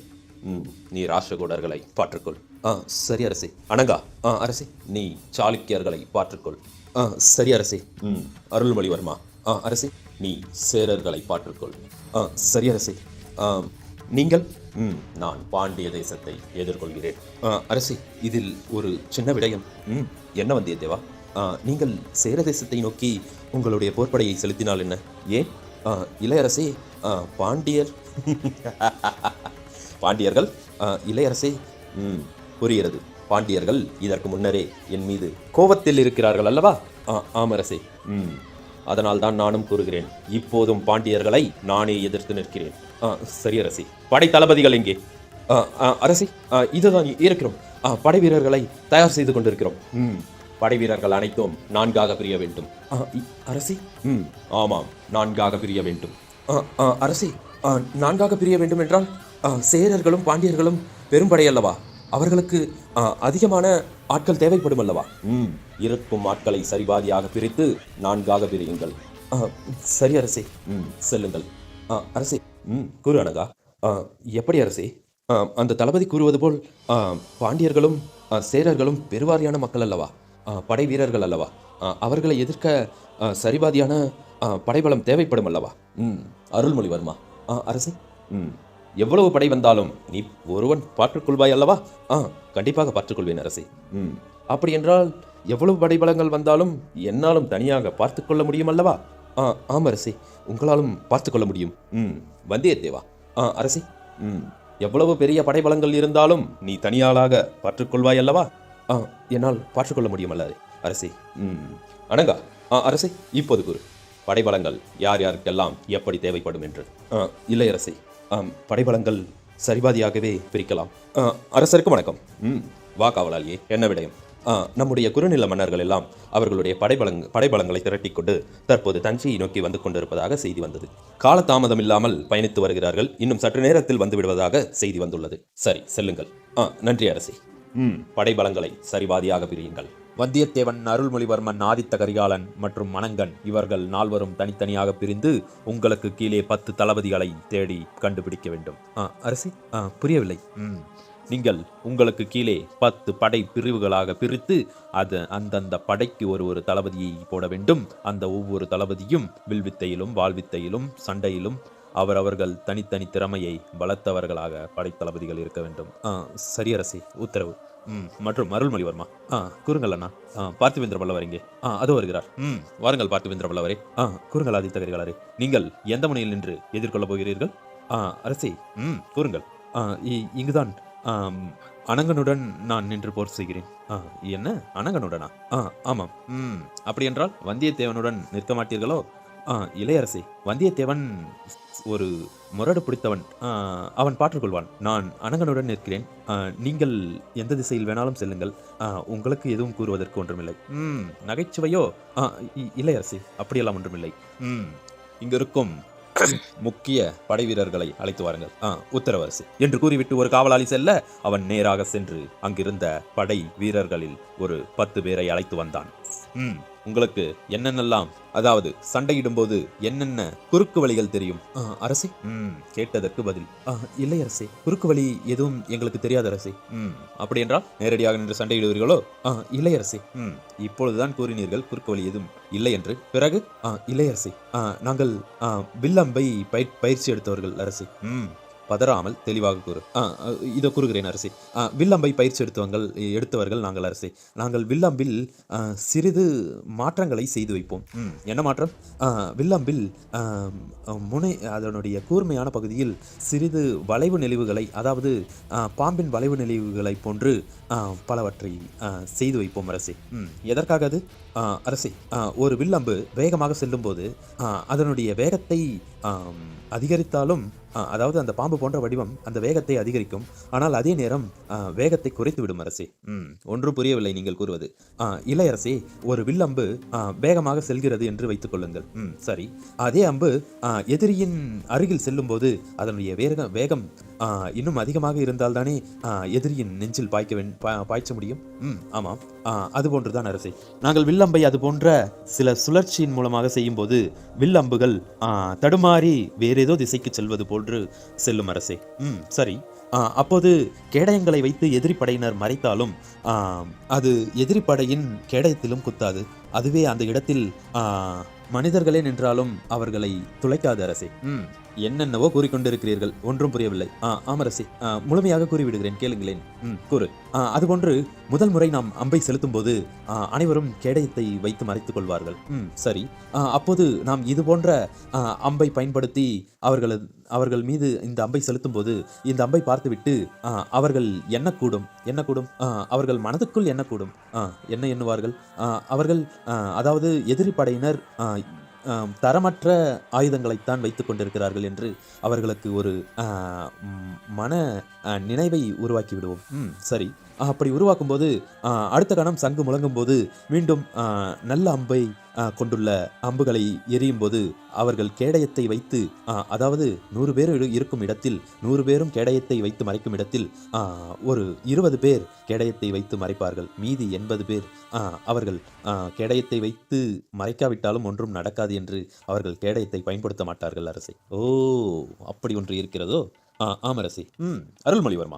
அரசி, இது போன்ற வித்தைகள் எல்லாம் உமக்கு தெரியுமா? இளையரசி, எனக்கு எதுவும் தெரியவில்லை. இது போன்ற யுக்திகளை ஒரு முறை வந்தியத்தேவன் பயன்படுத்தினான். ஓ, வந்தியத்தேவா? அரசி, இது உன்னுடைய வேலைத்தானா? இளையரசி. பிறகு வந்தியத்தேவன் இளையரசி, இது அனங்கனுடைய வேலை. அனங்கனா? அவன் எப்போது போர் செய்தான்? அதாவது இதற்கு முன்னர் போர் செய்திருக்கிறான் அரசே. அதாவது என்ன வந்தியத்தேவா குழப்பிக் கொண்டிருக்கிறாய்? எப்போது அவன் போர் செய்தான்? ஆமா, அதுதான் அரசே, அரபு தேசத்தில். ஓ, அப்படியா? நீங்கள் எல்லாம் காலத்தை கடந்து வந்தவர்கள் அல்லவா? ஆதலால் அதிகப்படியான போர்கள் செய்திருக்க கூடும். சரி, இப்போது அதை பயன்படுத்த போகிறீர்களா என்ன? ஆமரசே. என்ன கூறுகிறீர்கள் படை வீரர்கள்? ஆமரசே, முதலில் அனைவருமே இந்த அம்பை பயன்படுத்த வேண்டும் என்று அனைவருக்கும் இந்த பொய்யான அம்பை கொடுத்து அனுப்பியிருக்கிறோம் அரசே. முதலில் எரியப்படும் அம்பு கண்டிப்பாக பழுதான மற்றும் உபயோகப்படாத அம்பையே செலுத்துவார்கள். சரி, இரண்டாம் முறை செலுத்தும் போது கண்டிப்பாக தரமான அம்புகளை செலுத்துவார்கள். சரி, எப்படியோ ஒன்று. களத்தில் நீங்கள் முன்னர் அல்லவா நிற்பீர்கள்? ஆமரசே, நாங்கள் தான் முதலில் நிற்போம். எங்களுக்கு பின்னர் தான் படை வீரர்கள் அனைவரும் நிற்பார்கள். சரி, அருள்மொழிவர்மா கூறுங்கள் அரசே. பார்த்திபேந்திர பல்லவரே. அரசே கூறுங்கள். அனங்கா, கூறுங்கள் அரசே. இவன் கூறியது அனைத்தையும் நீங்கள் கேட்டீர்கள் அல்லவா? ஆமரசே, கேட்டோம். இப்போது அருள்மொழிவர்மரே கூறுங்கள் அண்ணா. இவர்களுக்கு, அதாவது இவர்கள் கூறுவது அனைத்தும் உமக்கு புரிந்ததா? ஆம், புரிந்தது அண்ணா. அப்படியென்றால் அப்படி செய்வது நன்றா இல்லை தவறா என்று ஒன்றும் புரியவில்லையே. அவர்கள் கூறுவது போல் செய்வது சரிதான் என்று தோன்றுகிறது. சரி, அப்படியென்றால் அப்படியே ஆகட்டும். சரி, செல்லுங்கள். சென்று ஓய்வெடுத்துக் கொள்ளுங்கள். அரசே, ஓய்வெடுத்துக் கொள்ளுங்கள் என்றேன். அரசே, என்ன கூறுகிறீர்கள்? ஓய்வெடுத்துக் கொள்ளுங்கள் என்று கூறினேன். இளையரசே, காலையில் சூரியன் உதித்தவுடன் போர் அல்லவா? இருக்கட்டும், காலையில் தானே போர். ஆமரசே. இப்போது எதற்காக கண் விழித்து பயிற்சி மேற்கொள்ள போகிறீர்களோ? இளையரசி, போருக்கு தயாராக வேண்டாமா? முதலில் ஓய்வு. யார் யார் எல்லாம் எங்கெங்கு இருக்கிறார்களோ அங்கங்கே படுத்து உறங்கச் சொல்லுங்கள். புரிகிறதா? சரி அரசே என்று ஆதித்த கரிகாலன் கூறி முடிக்க அங்கு சங்கொன்று ஊதப்பட்டது. அந்த சங்கு சத்தத்தை கேட்ட அனைவரும், என்ன இது? இந்த கொம்பை பயன்படுத்தி ஊதுகிறார்கள் என்றால் ஓய்வெடுக்க போகிறோமா? ஆமாமடா, ஒன்றும் புரியவில்லை. இப்போது ஓய்வெடுக்க வேண்டுமா என்ன? தெரியவில்லையே. இது யாருடைய கட்டளையாக இருக்கக்கூடும். ஒருவேளை தெரியாமல் இந்த சங்கை ஊதிவிட்டார்களோ? இல்லையடா, ஏதாவது முக்கியமான காரியமாக கூட இருக்கக்கூடும். தற்போது அனைவரும் படுத்து உறங்கி விடுவோம் என்று அங்கிருந்தவர்கள் அனைவரும் ஒருவருக்கொருவர் பேசிக்கொண்டு அங்கேயே படுக்க துவங்கினார்கள். படுத்தவர்கள் யாரும் உறங்கவில்லை. மேலும் அதே சங்கின் சத்தம் கேட்க அனைவரும் எதுவும் பேசாமல் கண்களை மூடிக்கொண்டு அதே இடத்தில் படுத்துறங்கினார்கள். இந்த நேரத்தில் வந்தியத்தேவனையும் அனங்கனையும் அருள்மொழிவர்மரையும் பார்த்திவேந்திர வல்லவரையும் படுத்து உறங்க சொன்ன ஆதித்த கரிகாலர், அரசே, நாங்கள் எதற்காக? படுத்து உறங்குங்கள் பல்லவரே. சரி அரசே. அனங்கா, வந்தியத்தேவா. அரசே. பார்த்திவேந்திர பல்லவரே. அரசே, உங்களைத்தான் கூறிக்கொண்டிருக்கிறேன், படுங்கள். இதோ படுத்து விடுகிறோம். அரசே, மண்ணாக இருக்கிறது. சரி, மெத்தை ஒன்றை ஏற்பாடு செய்யவா? இல்லை அரசே. மண் என்றால் என்ன? மண் எங்களின் மீது பட்டதில்லையா என்ன? இங்கேயே படுத்துக் கொள்கிறோம். படு அமைதியாக. அனங்கா. அரசே, மண்ணில் படுப்பாய் அல்லவா? எனது காலம் முழுக்க மண்ணிலேயே கழித்தவன் இந்த மண்ணில் படுக்க மாட்டேனா? படுத்துக்கொள்கிறேன் அரசே, படுத்துக்கொள்கிறேன் என்று அவனும் அங்கேயே படுத்து உறங்கினான். அதே நேரம் ஆதித்த கரிகாலர் ஏதோ ஒரு திசையை நோக்கி சென்று கொண்டிருந்தார். காலை நேரமும் விடிய ஆரம்பித்தது. எதிரி படை வீரர்களிடமிருந்து கொம்பொன்று ஊதப்பட்டது. அந்த கொம்பின் ஓசையை கேட்ட சோழ தேசத்தின் படை வீரர்கள், அரசே, கூறுங்கள். அவர்கள் போருக்கு தயாராகிவிட்டார்கள். இருக்கட்டும். என்ன அரசே, அவர்கள் போருக்கு தயாராகிவிட்டது போல் கொம்பின் ஓசை ஒன்று கேட்டது. இங்கிருந்து 5 மைல் தூரம் நடந்து செல்ல வேண்டும் நாம். ஆனால் நாம் இங்கேயே இருக்கிறோம். ஒன்றும் புரியவில்லை அரசே. இதற்கு முன்னரே படை வீரர்கள் பாதி பேர் சென்று விட்டார்கள் தெரியுமா? என்ன அரசே? படை வீரர்கள் எத்தனை பேர் இருந்தார்கள்? அரசே, கிட்டத்தட்ட 20,000க்கும் மேற்பட்ட படை வீரர்கள் இருந்தார்கள் அரசே. 20,000 என்றால் குறுநில மன்னர்களிடமிருந்து வந்த படை வீரர்களின் எண்ணிக்கை எவ்வளவு? அவர்கள் ஒரு 50,000 பேர் இருந்திருப்பார்கள் அரசே. மொத்தம் 70,000 பேர் இருந்திருப்பார்கள் அரசே. சரி. அரசே அரசே.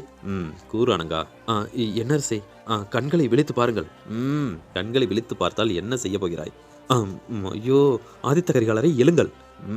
சற்று அமைதியாக இரு அனங்கா. சரி சரி ஆதித்த கரிகாலரே. அருள்மொழிவர்மரே, என்ன இவர் இப்படி செய்கிறார்? ஒன்றும் புரியவில்லையடா. அமைதியாக நீ வா. இதோ வருகிறேன். வந்தியத்தேவா, நீ ஏதாவது ஆதித்த கரிகாலரிடம் பேசேன். நான் என்ன பேசுவது? அவர் என் மீது கோபத்தில் இருக்கிறார். ஒன்றும் பேச முடியாது. அவர் என்ன முடிவு எடுக்கிறாரோ எடுக்கட்டும். இல்லை, உன்னால் முடியவில்லை என்றால் பல்லவரை அனுப்பிவிடு. இல்லை, நான் அவரிடம் செல்ல மாட்டேன். நீ அமைதியாக இருந்து விடானங்கா. இல்லை என்றால் மீண்டும் உன்னை அவரிடம் அனுப்பி வைத்து விடுவேன். ஐயோ, அமைதியாக இருங்கள். அனங்கா. அரசே, அமைதியாக இரு என்றேன். சரி அருள்மொழிவர்மரே என்று இவர்கள் அமைதியாக இருக்க, காவலாளியே. அரசே. படைவீரர்கள் 70,000 பேர் கணக்கு சரியாக வந்ததா? அதற்கும் மேற்பட்ட மக்கள், அதாவது படைவீரர்கள் நம்மிடையே இருக்கிறார்கள் அரசே. இப்போது மக்கள் அனைவரும் எவ்வளவு இருப்பார்கள், அதாவது படைவீரர்கள் அனைவரும் எவ்வளவு பேர் இருப்பார்கள் என்று கணக்கெடுக்க முடியுமா உன்னால்? அரசே, இவ்வளவு பேரை நான் எப்படி கணக்கெடுக்க? அவரவர்கள் அங்கங்கு மரத்தடியில் படுத்து உறங்கிக் கொண்டிருந்தார்கள். 2 மைல் தூரம் பிடிக்கும் அளவிற்கு மக்கள் நின்று கொண்டிருக்கிறார்கள். படை வீரர்கள் நின்று கொண்டிருக்கிறார்கள். இவர்கள் அனைவரையும் கணக்கெடுக்க வேண்டும் என்றால் எப்படி அரசே? ஒன்றும் புரியவில்லை. சரி, ஒன்றும் பிரச்சனை இல்லை. நாம் என்ன நடந்தாலும் பார்த்துக்கொள்ளலாம். படைகளை, அதாவது இருக்கும் படைகளை சரிபாதியாக 4ஆக பிரித்து விடுங்கள். பார்த்திவேந்திர பல்லவரே. அரசே, நீங்கள் என்னுடன் வாருங்கள். சரி அரசே. அருள்மொழிவர்மா, கூறுங்கள் அண்ணா. எனது படைகளில் இருந்து பாதி பேரை அனங்கனுக்கு அனுப்பிவை. ஏன் அரசே? அங்கு யார் யாரெல்லாம் இருப்பார்கள், என்ன நடக்கும் என்று ஒன்றும் புரியாது. ஆதலால் பார்த்திவேந்திர பல்லவர் என்னுடன் வரட்டும். எனது படைகளில் இருந்து பாதி பேரை பிரித்து அனங்கனுக்கு அனுப்பிவிடுங்கள். அரசே, ஒன்றும் புரியவில்லை. அனங்கா. அரசே, நான் கூறியது உனக்கு புரிந்ததா? புரிந்தது அரசே. இப்போது என்ன செய்ய போகிறாய்? நான் பார்த்துக்கொள்கிறேன் அரசே. சரி, செல்லுங்கள். காவலாளியே. அரசே, நீ சென்று அங்கிருக்கும் படை தளபதி ஒருவனை அழைத்து வா. பிறகு நான் கூறுகிறேன். சரி அரசே என்று அந்த காவலாளி வேகமாக சென்று அங்கிருந்த படை தளபதி ஒருவனை அழைத்து கொண்டு வந்து ஆதித்த கரிகாலன் முன்னே நிற்க, என்ன எதிரிப்படையில் என்ன நடந்து கொண்டிருக்கிறது? அரசே, நீங்கள் கூறியவாறே எதிரி படைகள் அனைத்தும் பாதி பாதியாக பிரிந்து விட்டது அரசே. சரி, பிரிந்து விட்டது. இன்னும் இப்போது எத்தனை படையாக உள்ளது? அரசே, பல்லவர்கள், சேரர்கள் ஒருபுறம், மற்றும் ராஷகூடர்களும் சாளுக்கியர்களும் அனைவரும் 4 திசையில் நிற்கும்போது இப்போது சாளுக்கியர்களும் ராஷகூடர்களும் இணைந்து ஒன்றாக நிற்கிறார்கள் அரசே. அதைத்தான் கூறினேன். வந்தியத்தேவா. அரசே, நீ சென்று அனங்கனிடம் சேர்ந்து கொள். ஏன் அரசே? நான் பார்த்துக்கொள்கிறேன். நீ போய் அவனிடம் சேர்ந்து கொள். சரி சரி அரசே. நான் அனங்கனுடன் நின்று போர் செய்கிறேன். சரி. படைத்தளபதியே. அரசே, பிறகு பாண்டியர்கள் என்ன அடுத்த விடயம் என்னவென்று ஏதேனும் தெரிந்ததா? இளையரசே, பாண்டியர்கள் தனித்துத்தான் நின்று கொண்டிருக்கிறார்கள். இப்போது சேரர்கள் தான். சேரர்களுக்கு என்ன ஆயிற்று? சேரர்கள் 2 படையாக பிரிந்துள்ளனர். எதற்காக என்று அறிந்தாயா? இளையரசே, சேரர்கள் என்ன திட்டம் தீட்டினார்கள் என்று தெரியவில்லை. சேரர்கள் பாண்டிய தேசத்துடன் பாதி பேரும் மற்றும் சாளுக்கியர்களுடன் பாதி பேரும் பிரிந்து செல்வதாக பேச்சு அடிபடுகிறது அரசே. சரி சரி சரி சரி சரி சரி அப்படி என்றால் 2 புறமும் தரமான சம்பவங்கள் காத்து கொண்டிருக்கிறது அல்லவா? ஆமரசே. அப்படி என்றால் இன்று ஒரு நாளை தள்ளி வைத்துவிட்டு நாளை கடற்கரை ஓரமாக சண்டையை வைத்துக் கொள்ளலாமா என்று கேட்டுவிட்டு வந்தாயா? ஒற்றனை அனுப்பியிருக்கிறேன் அரசே. அவன் என்ன செய்தியை கொண்டு போய் சேர்ப்பான் என்று தெரியும். ஆனால் என்ன செய்தி கொண்டு வருவான் என்று தெரியவில்லை அரசே. அவன் கூறிய பின் நான் உங்களுக்கு எடுத்துரைக்கிறேன். ஆகட்டும். சரி, அப்படி என்றால் நேரடியாக அனைவரும் போர்க்களத்தில் இறங்கி 2 பிரிவாக பிரித்து நில்லுங்கள். போரை துவங்குவோம். அரசே, ஒரு நிமிடம். என்ன காவலாளியே? இளையரசே, நமது சிற்றரசர்கள் இருக்கிறார்கள் அல்லவா? ஆமாம், அவர்கள் எல்லாம் பாண்டியருக்கு பின்னால் போய் நின்று விட்டார்களோ? இளையரசி. வேற என்ன விடயம்? அவர்கள் எங்கு சென்றார்கள் என்றே தெரியவில்லை. பயந்து ஓடிவிட்டார்களோ? இளையரசி. என்னவென்று தெரியவில்லை. அவர்கள் எங்கு சென்றார்கள் என்றே தெரியவில்லை அரசே. ஒன்றும் கவலைப்படாதே, வந்து விடுவார்கள். ஏன் அரசே, எப்படி கூறுகிறீர்கள்? ஒன்றும் புரியவில்லை. அரசே, கூறு அருள்மொழிவர்மா. ஒன்றுமில்லை. நீங்கள் எதற்காக காலத்தை தாமதப்படுத்தி கொண்டு இருக்கிறீர்கள் என்று எங்களுக்கு புரியவில்லை. அதுவா? ஒரு பாடல் பாட்டு. என்ன அரசை கூறுகிறீர்கள்? ஆமானுங்க, ஒரு பாடல் ஒன்று. குல்லா இருக்கிறான் அல்லவா, குல்லா? ஆமரசே. அவன் ஒரு பாடலை எனக்கு தந்தான். அந்த பாடல் புதுவிதமாக இருக்கிறது. அந்த பாடல் நன்றாக இருந்தது. அந்த பாடலை ஒரு முறை நான் பாடி காட்டவா? அரசி, எங்களுக்கு ஒன்றுமே புரியவில்லை. இல்லை, அந்த பாடல் நன்றாக இருந்தது. நான் பாடி காட்டவா? பாடுங்கள். போக போக புரியும் இந்த பூவின் வாசம் தெரியும், இந்த பூவின் வாசம் தெரியும். எப்படி நன்றாக இருக்கிறது அல்லவா? பார்த்திபேந்திர பல்லவரே, நீங்கள் கூறுங்கள். அரசே. நீ கூறவில்லையா? வந்தியத்தேவா, நீ கூறு. நன்றாக இருந்ததா பாடல்? அரசே, என்ன செய்கிறீர்கள்? ஒன்றும் புரியவில்லை. சரி, அருள்மொழிவர்மா. அரசே, நன்றாக இருந்ததா? நீங்கள் கூறுவது ஒன்றும் புரியவில்லை. அதைத்தான் கூறினேன். போக போக புரியும் இந்த பூவின் வாசம் தெரியும். அதில் ஏதோ ஒன்றை கூறினான். என்னவென்றால், அது சரியாக இப்போது என் நினைவில் வரவில்லை. அப்படி என்றால், அடே காவலாளியே, அரசே, நீ சென்று வேகமாக சென்று குறுநில மன்னர்களின் படை வீரர்கள் வந்துவிட்டார்களா என்று பார்க்கிறாயா? இதோ பார்க்கிறேன் அரசே. இல்லை அரசே, இன்னும் யாரும் வரவில்லை அரசே. சரி, அப்படி என்றால் வேறொரு பாடல் சவரா கூறினான். அந்த பாடலை பாடவா? பாடுகிறேன், ஒரு முறை கேளுங்கள். அரசே, மீண்டுமா? ஏன், நான் பாடினால் நன்றாக இருக்காதோ? இளையரசே, நீங்கள் இப்போது செய்வது என்னவென்றே எங்களுக்கு புரியவில்லை. இந்த பாடலை பாடுகிறேன். அப்போது உங்களுக்கு என்ன புரிகிறதோ அதை கூறுங்கள். புரிகிறதா? ஒன்றும் புரியவில்லை அரசே. பார்த்திபேந்திர பல்லவரே, தங்களுக்கு ஒன்றும் புரியாது. நான் அந்த பாடலை பாடுகிறேன். பிறகு நீங்கள் உங்களுக்கு என்ன தோன்றுகிறதோ அதை கூறுங்கள். நான் செத்து போலச்சவண்டா, யமனை பார்த்து சிரிச்சவண்டா. அரசே, கூறு வந்தியத்தேவா. எனக்கு புரிந்துவிட்டது. என்ன புரிந்தது? இல்லை. கூறு, என்ன புரிந்தது? அந்த காலத்தை கடக்கும் கணினியை, அதாவது அந்த காலச்சக்கரத்தை வைத்து நீங்கள் இந்த போர்க்களத்தை வென்றெடுக்கப் போகிறீர்கள் அல்லவா? வாருங்களடா, பார்த்துக் கொள்கிறேன். உடனே கீழே இருக்கும் ஒரு கல்லை எடுத்து அங்கிருந்த மணியில் அடிக்க, அந்த மணியின் ஓசை அங்கிருந்த படை வீரர்களுக்கு அனைவருக்கும் கேட்டது. அந்த மணியின் ஓசையை கேட்ட அனைவரும் ஏதோ ஒரு சத்தத்தை எதிர்பார்த்து நின்று கொண்டிருக்க, அங்கு ஒரு கொம்பொன்று ஊதப்பட்டது. அந்த கொம்பின் சத்தத்தை கேட்டு அனைவரும் தனித்தனியாக பிரிந்து 2 படைகளாக பிரிந்து நின்றார்கள். அரசே, 4 படை என்றீர்கள், இப்போது 2 பிரிந்து நிற்கிறார்கள். எப்படி? இதுதான் கூறினேன் அல்லவா, அனைவரையும் இரவு உறங்க சொல்லி. ஆமரசே. புரிந்து கொள்ளுங்கள். சரி, ஆகட்டும். என்ன நடக்க வேண்டுமோ அதை அங்கு சொக்கநாதன் பார்த்துக் கொள்வான். நீங்கள் செல்லுங்கள் என்று கூறியவுடன் அங்கிருந்த படைகள் அனைத்தும் திரும்பி செல்ல ஆரம்பித்தது. அந்த இடத்தில் குதிரைகள் பூட்டப்பட்ட தேர் அங்கிருந்த மணல் புழுதியில் மணலை கிளப்பிக்கொண்டு வந்து நின்றது. கிட்டத்தட்ட 20க்கும் மேற்பட்ட குதிரைகள் பொருத்தப்பட்ட தேர். அதில் ஏறி அமர்ந்த ஆதித்த கரிகாலனை பார்த்த அனைவரும் தேரில் ஏறிக்கொண்டு சென்றார்கள். போர்க்களத்தில் என்ன நடக்கும் என்று சிந்தித்துக் கொண்டிருக்கும் அதே நேரத்தில் மறுமுனையில் சலா, கூறுங்கள் ராணியாரே. அப்படியெல்லாம் அழைக்க வேண்டாம். எனது பெயர் என்னவென்று தெரியுமா? ஆம், தெரியும். குந்தவை. குந்தவை என்றே அழைக்கலாம், சரியா? சரி ராணியாரே. இப்போதுதான் கூறினேன். சரி குந்தவை. இப்போது இந்த கணினியை பயன்படுத்தி என்னவெல்லாம் செய்ய முடியும்? அதையெல்லாம் ஆலோசனை கூட்டத்தின் போது அருள்மொழிவர்மர் கூறியிருப்பாரே. கூறினார். இருந்தாலும் இதெல்லாம் உண்மையில் நடக்கிறதா, இல்லை ஏதோ ஒரு கனவை கண்டு கொண்டு இருக்கிறேனா என்று ஒன்றுமே புரியவில்லை. ஆமாம், சரி இருக்கட்டும். இதில் மின்சாரம் எவ்வளவு இருக்கிறது இப்போது? இப்போது 100% உள்ளது. அப்படி என்றால் முழுமையாக இதில் மின்சாரம் உள்ளது. சரி, அப்படி என்றால் இன்னும் வெடிமருந்துகள் எவ்வளவு தேவைப்படும்? ஆ ஆ ராணியாரே ராணியாரே கூறுங்கள் குலா. இல்லை, இன்னும் அதிகமான வெடிமருந்துகள் நமக்கு தேவைப்படுகிறது. ஆதலால் நீங்கள் வெடிமருந்தை ஏற்பாடு செய்ய முடியுமா? நான் கூறிவிட்டேன், வெடிமருந்துகள் இன்னும் சிறிது நேரத்தில் வந்துவிடும். இதுவரை எத்தனை பேர் இதில் இணைந்துள்ளது? கணக்கிலே இல்லை. எவ்வளவு கூறுவது என்றே தெரியவில்லை. அதிகப்படியான பெயர்கள் இதில் அடங்கியுள்ளது. சரி, இருக்கட்டும். இதனால் வேறு எந்த விளைவும் வராதல்லவா?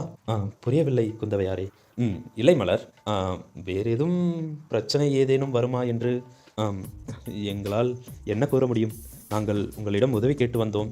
ஆனால் இறுதியாக ஆதித்த கரிகாலர் உங்களுக்கு உதவ கூறுகிறார். ஒன்றும் புரியவில்லை குந்தவையாரே, என்ன செய்வது என்று தெரியவில்லை. சரி, ஒன்றும் பிரச்சனை இல்லை, பார்த்து கொள்ளலாம். இப்போது படைவீரர்கள் அனைவரும் சென்று கொண்டிருக்கிறார்கள். நாம் எதற்கு அருகில் சென்றால் அவர்களை மீண்டும் உயிரோடு கொண்டு வர முடியும்? இல்லை குந்தவையாரே, இங்கிருந்தே நாம் செய்யலாம். அப்படியென்றால் சரி, நாம் இங்கேயே இருக்கலாமா? இல்லை இல்லை ராணியாரே. ஏன் சொக்கநாதா? நாம் போர்க்களம் நடக்கும் இடத்திற்கு செல்வோம். ஏன்? இல்லை, நாம் போர்க்களம் நடக்கும் இடத்திற்கு சென்றால்தான் என்ன நடக்கிறது, நாம் எப்படி அடுத்த கணம் நாம் கணினியை பயன்படுத்தி எப்படி அவர்களை தோற்கடிக்க முடியும் என்று சிந்திக்க வேண்டும் என்றால் போர்க்களத்தை நாம் நேரில் கண்டால் அல்லவா நமக்கு சுலபமாக இருக்கும். சரி, அப்படி என்றால் செல்வோம். காவலாளியே, கூறுங்கள் ராணியாரே. இப்போது ஏதாவது குதிரைகள் பூட்டப்பட்ட தேர் இருக்கிறதா? ஆம் இளவரசி, இருக்கிறது. உங்களுக்கு எத்தனை வேண்டும் என்று கூறினால் நான் தயார் செய்து விடுவேன். இங்கிருக்கும், அதாவது நான், மலர், கலா மற்றும் மார்கழி, இவர்கள் நால்வரும், மற்றும் அது மட்டுமல்லாமல் இவர்கள் நால்வரும் கூடயே வர வேண்டும். அதற்கான ஏற்பாடை தயார் செய்து விடுங்கள். சரி சரி ராணியாரி. அப்படி என்றால் 8 பேர் அல்லவா? ஆமாம். சரி ராணியாரி, நான் தயார் செய்துவிட்டு உங்களை அழைக்கிறேன். வேண்டாம் வேண்டாம் வேண்டாம். ஏன் குல்லா? இப்போது அருள்மொழிவர்மர் அங்கு சென்றிருப்பார் அல்லவா? எங்கு? போர்க்களத்திற்கு சென்றிருப்பார். இன்னும் சற்று நேரத்தில் சென்று விடுவார் என்றால் நாம் அவருடைய புகைப்படத்தை வைத்து நேரடியாக அவர் இருக்கும் இடத்திற்கு சென்று விடலாம். அப்படியும் செல்லலாமோ? ஆமாம். மீண்டும் பாருங்கள், நீங்கள் மதியழகரையும் கருணாவையும் விட்டுவிட்டீர்கள். அவர்கள் நம்முடன் வந்தவர்கள் அல்லவா? அவர்களையும் அழைத்து செல்ல வேண்டும். அவர்களுக்கும் வண்டியை ரெடி பண்ண வேண்டும் அல்லவா? ஆதலால் நீங்கள் ஒன்றும் கவலைப்பட வேண்டாம். நீங்கள் வெடிமருந்துகளை மட்டும் எப்படியாவது எனக்கு கொண்டு வந்து சேர்த்து விடுங்கள். நான் இந்த பேட்டரி இருக்கிறது அல்லவா, இதில் புகுத்தி நான் வெடிமருந்தை பயன்படுத்தி நான் மின்சாரத்தை அதிகமாக்கிக் கொள்ள வேண்டும். ஆதலால் என்னுடன் அந்த வெடிமருந்துகள் என்னுடன் எடுத்து வர மட்டும் ஒரே ஒரு தேர் சக்கரம் வந்தால் மட்டும் போதும். என்ன? இல்லை, தேர் வண்டி வந்தால் மட்டும் போதும். தேர் சக்கரம் என்றால் ஒரே ஒரு சக்கரம் அல்லவா? மன்னிக்க வேண்டும். ஒரே ஒரு தேர் இந்த மருந்துகளை எடுத்துக்கொண்டு செல்ல மட்டும் வர வேண்டும். புரிகிறதா? சரி, கண்டிப்பாக. செல்லுங்கள் ராணியாரே. கூறுக்குள்ளா, இப்போது நாம் அனைவரும் போர்க்களம் நடக்கும் இடத்துக்கு செல்லலாமா? செல்லலாம் என்று கூறியவுடன் அங்கிருந்த அனைவரும் போர்க்களம் நடக்கும் இடத்திற்கு அடுத்த தருணம் வந்தடைந்தார்கள். மார்கழி, அரசே, ஏன் இங்கு வந்தீர்கள்? இல்லை அரசே, நாங்கள் கூறிய போதும் கேட்காமல் குல்லாதான் எங்களை அழைத்து கொண்டு வந்தான். குல்லா, அரசே, ஏன் இப்படி பண்ணுகிறாய்? இல்லை அரசே, ஒன்றுமில்லை. செல்லுங்கள் என்று கூறியவுடன் அங்கிருந்த அனைவரும் நேராக சென்று போர்க்களம் நடக்கும் இடத்திலிருந்து ஒரு சிறிது தூரம் செல்ல அங்கு பெரிய மரத்தின் மீது ஒரு படுப்பதற்கு தேவையான இடம் போன்று அமைத்திருந்தார்கள். அந்த இடத்தின் மீது, அந்த மரத்தின் மீது ஏறி அங்கு அனைவரும் அமர்ந்து கொண்டு போர்க்களத்தை காண முன்னின்றார்கள். அதே தருணம் மற்றொரு முனைக்கு சென்ற வந்தியத்தேவன் மற்றும் பார்த்திவேந்திர பல்லவர் மற்றும் அனங்கன் இவர்கள் அனைவரும் சென்ற இடத்தில் எந்த ஒரு போர்ப்படையும் இல்லாமல் அங்கிருந்து மீண்டும் திரும்பி இந்த பாண்டிய தேசத்தை எதிர்க்கும் இடத்தில் வந்தடைய வேண்டும் என்று அவர்களும் அந்த இடத்தை நோக்கி பயணித்தார்கள். அதே தருணம் போர்க்களத்தில் பாண்டிய தேசத்தின் படை வீரர்களும் சேர தேசத்தின் படை வீரர்களும் ஒன்றாக நின்று கொண்டிருக்க, அதே தருணம் தூரத்தில் படை ஒன்று வருவதை கண்ட அங்கிருந்த அனைவரும் அது எந்த படை புதிதாக அங்கு வந்து கொண்டிருக்கிறது? ஒன்றும் புரியவில்லையே. சரி, யார் வந்தால் என்ன? சேர தேசத்துடன் கைகோர்த்து பாண்டியர்களையும் சண்டையிடச் சொல்கிறார்கள். எப்படி? ஒன்றும் புரியவில்லை. இதற்கு முன்னரே பாண்டிய தேசத்திற்கும் சேர தேசத்திற்கும் ஆகாத ஒன்றாக இருந்தது. இப்போது அவர்களுடன் கைகோர்த்தே நாம் இந்த சோழர்களை எதிர்க்க வேண்டும் என்ற நிலைக்கு தள்ளிவிட்டார்கள். இப்போது என்ன செய்ய வேண்டும் என்பதே ஒன்றும் புரியவில்லையே. சரியடா, அதெல்லாம் விட்டுத்தல். ஏதோ ஒன்று, போர்ப்படையில் வந்து நின்று விட்டோம். போர்க்களத்தில் மரணித்தாலும் மரணம்தான், இல்லை உயிர் பிழைத்தாலும் உயிர் பிழைத்ததுதான். ஏதோ ஒன்று நிற்போம் என்று பாண்டிய தேசத்தின் படை வீரர்களும் நின்று கொண்டிருக்க, அதே மறுமுனையில் தூரத்தில் இருந்து என்ன படை வந்து கொண்டிருக்கிறது என்று ஒரு கருவியை வைத்து பார்த்த அருள்மொழிவர்மர், அரசே, கூறு அருள்மொழிவர்மா. இல்லை ஆதித்த கரிகாலரே, அங்கு சென்ற நமது படை வீரர்கள், அதாவது அனங்கனும் வந்தியத்தேவனும் மற்றும் பல்லவரும் இங்கு நம்மிடம் வந்து கொண்டிருக்கிறார்கள். அதுவும் எனக்கு தெரிந்ததுதான். பிறகு எதற்காக?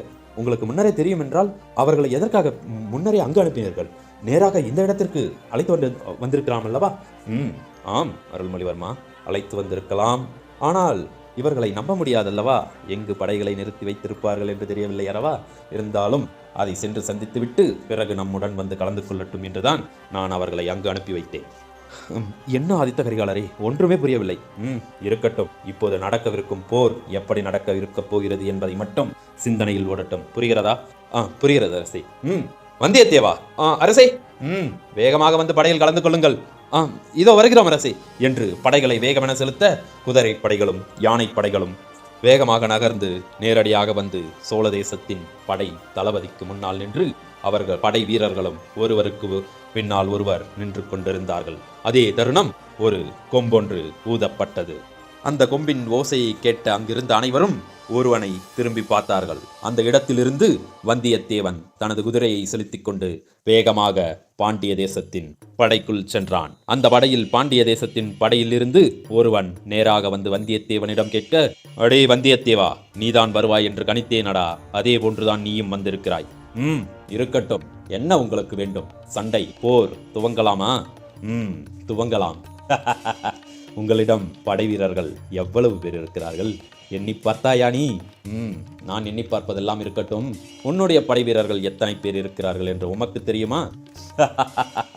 வந்தியத்தேவா, வந்தியத்தேவா, எனது படை வீரர்கள் ஒன்றல்ல இரண்டல்ல 2 லட்சத்திற்கும் மேல் எனது படை வீரர்களை குவித்து வைத்திருக்கிறோம் நாங்கள். நீ ஒன்றும் செய்ய முடியாது. இப்போதே எனது அரசரின் காலில் விழுந்து மன்னிப்பு கேட்டுவிட்டு சென்று விடு. இல்லையென்றால் ஒரு தெரியாமல் அழித்து விடுவோம் உங்களை. நன்றாக இருக்கிறது தளபதியே, நன்றாக இருக்கிறது. நாங்கள் இருப்பது கிட்டத்தட்ட ஒரு 70,000 பேர் தான் இருப்போம்.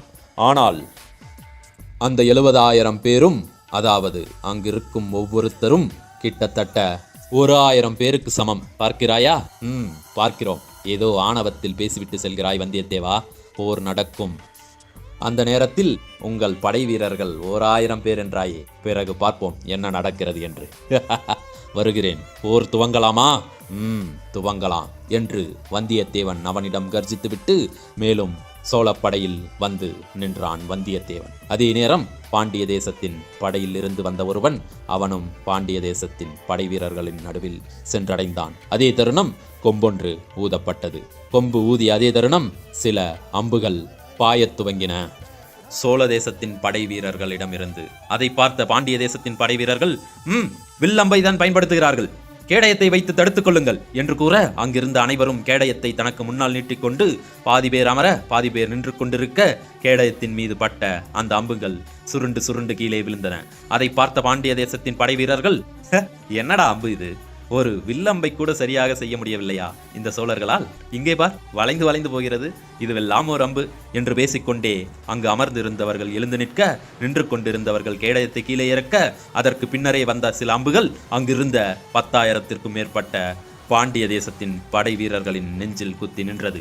அவர்கள் அங்கேயே சரிந்து விழுக, இதையெல்லாம் பார்த்த பாண்டிய தேசத்தின் அரசன், எதற்காக இப்போது கேடயத்தை கீழே இறக்கினீர்கள்? வில் அம்புதான் வருகிறது என்று தெரிந்தும் எதற்காக கேடயத்தை கீழே இறக்கினீர்கள்? என்ன தளபதி நடக்கிறது? ஒன்றும் புரியவில்லை அரசே. முதலில் வந்த அம்புகள் சரிவர இல்லை.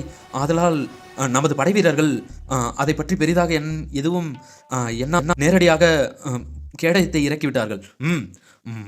இப்படியெல்லாம் சித்து வேலைகள் செய்வார்கள் என்று உங்களுக்கு தெரியாத முன்னரே? ஐயோ அரசு, என்ன செய்வது என்று தெரியவில்லை.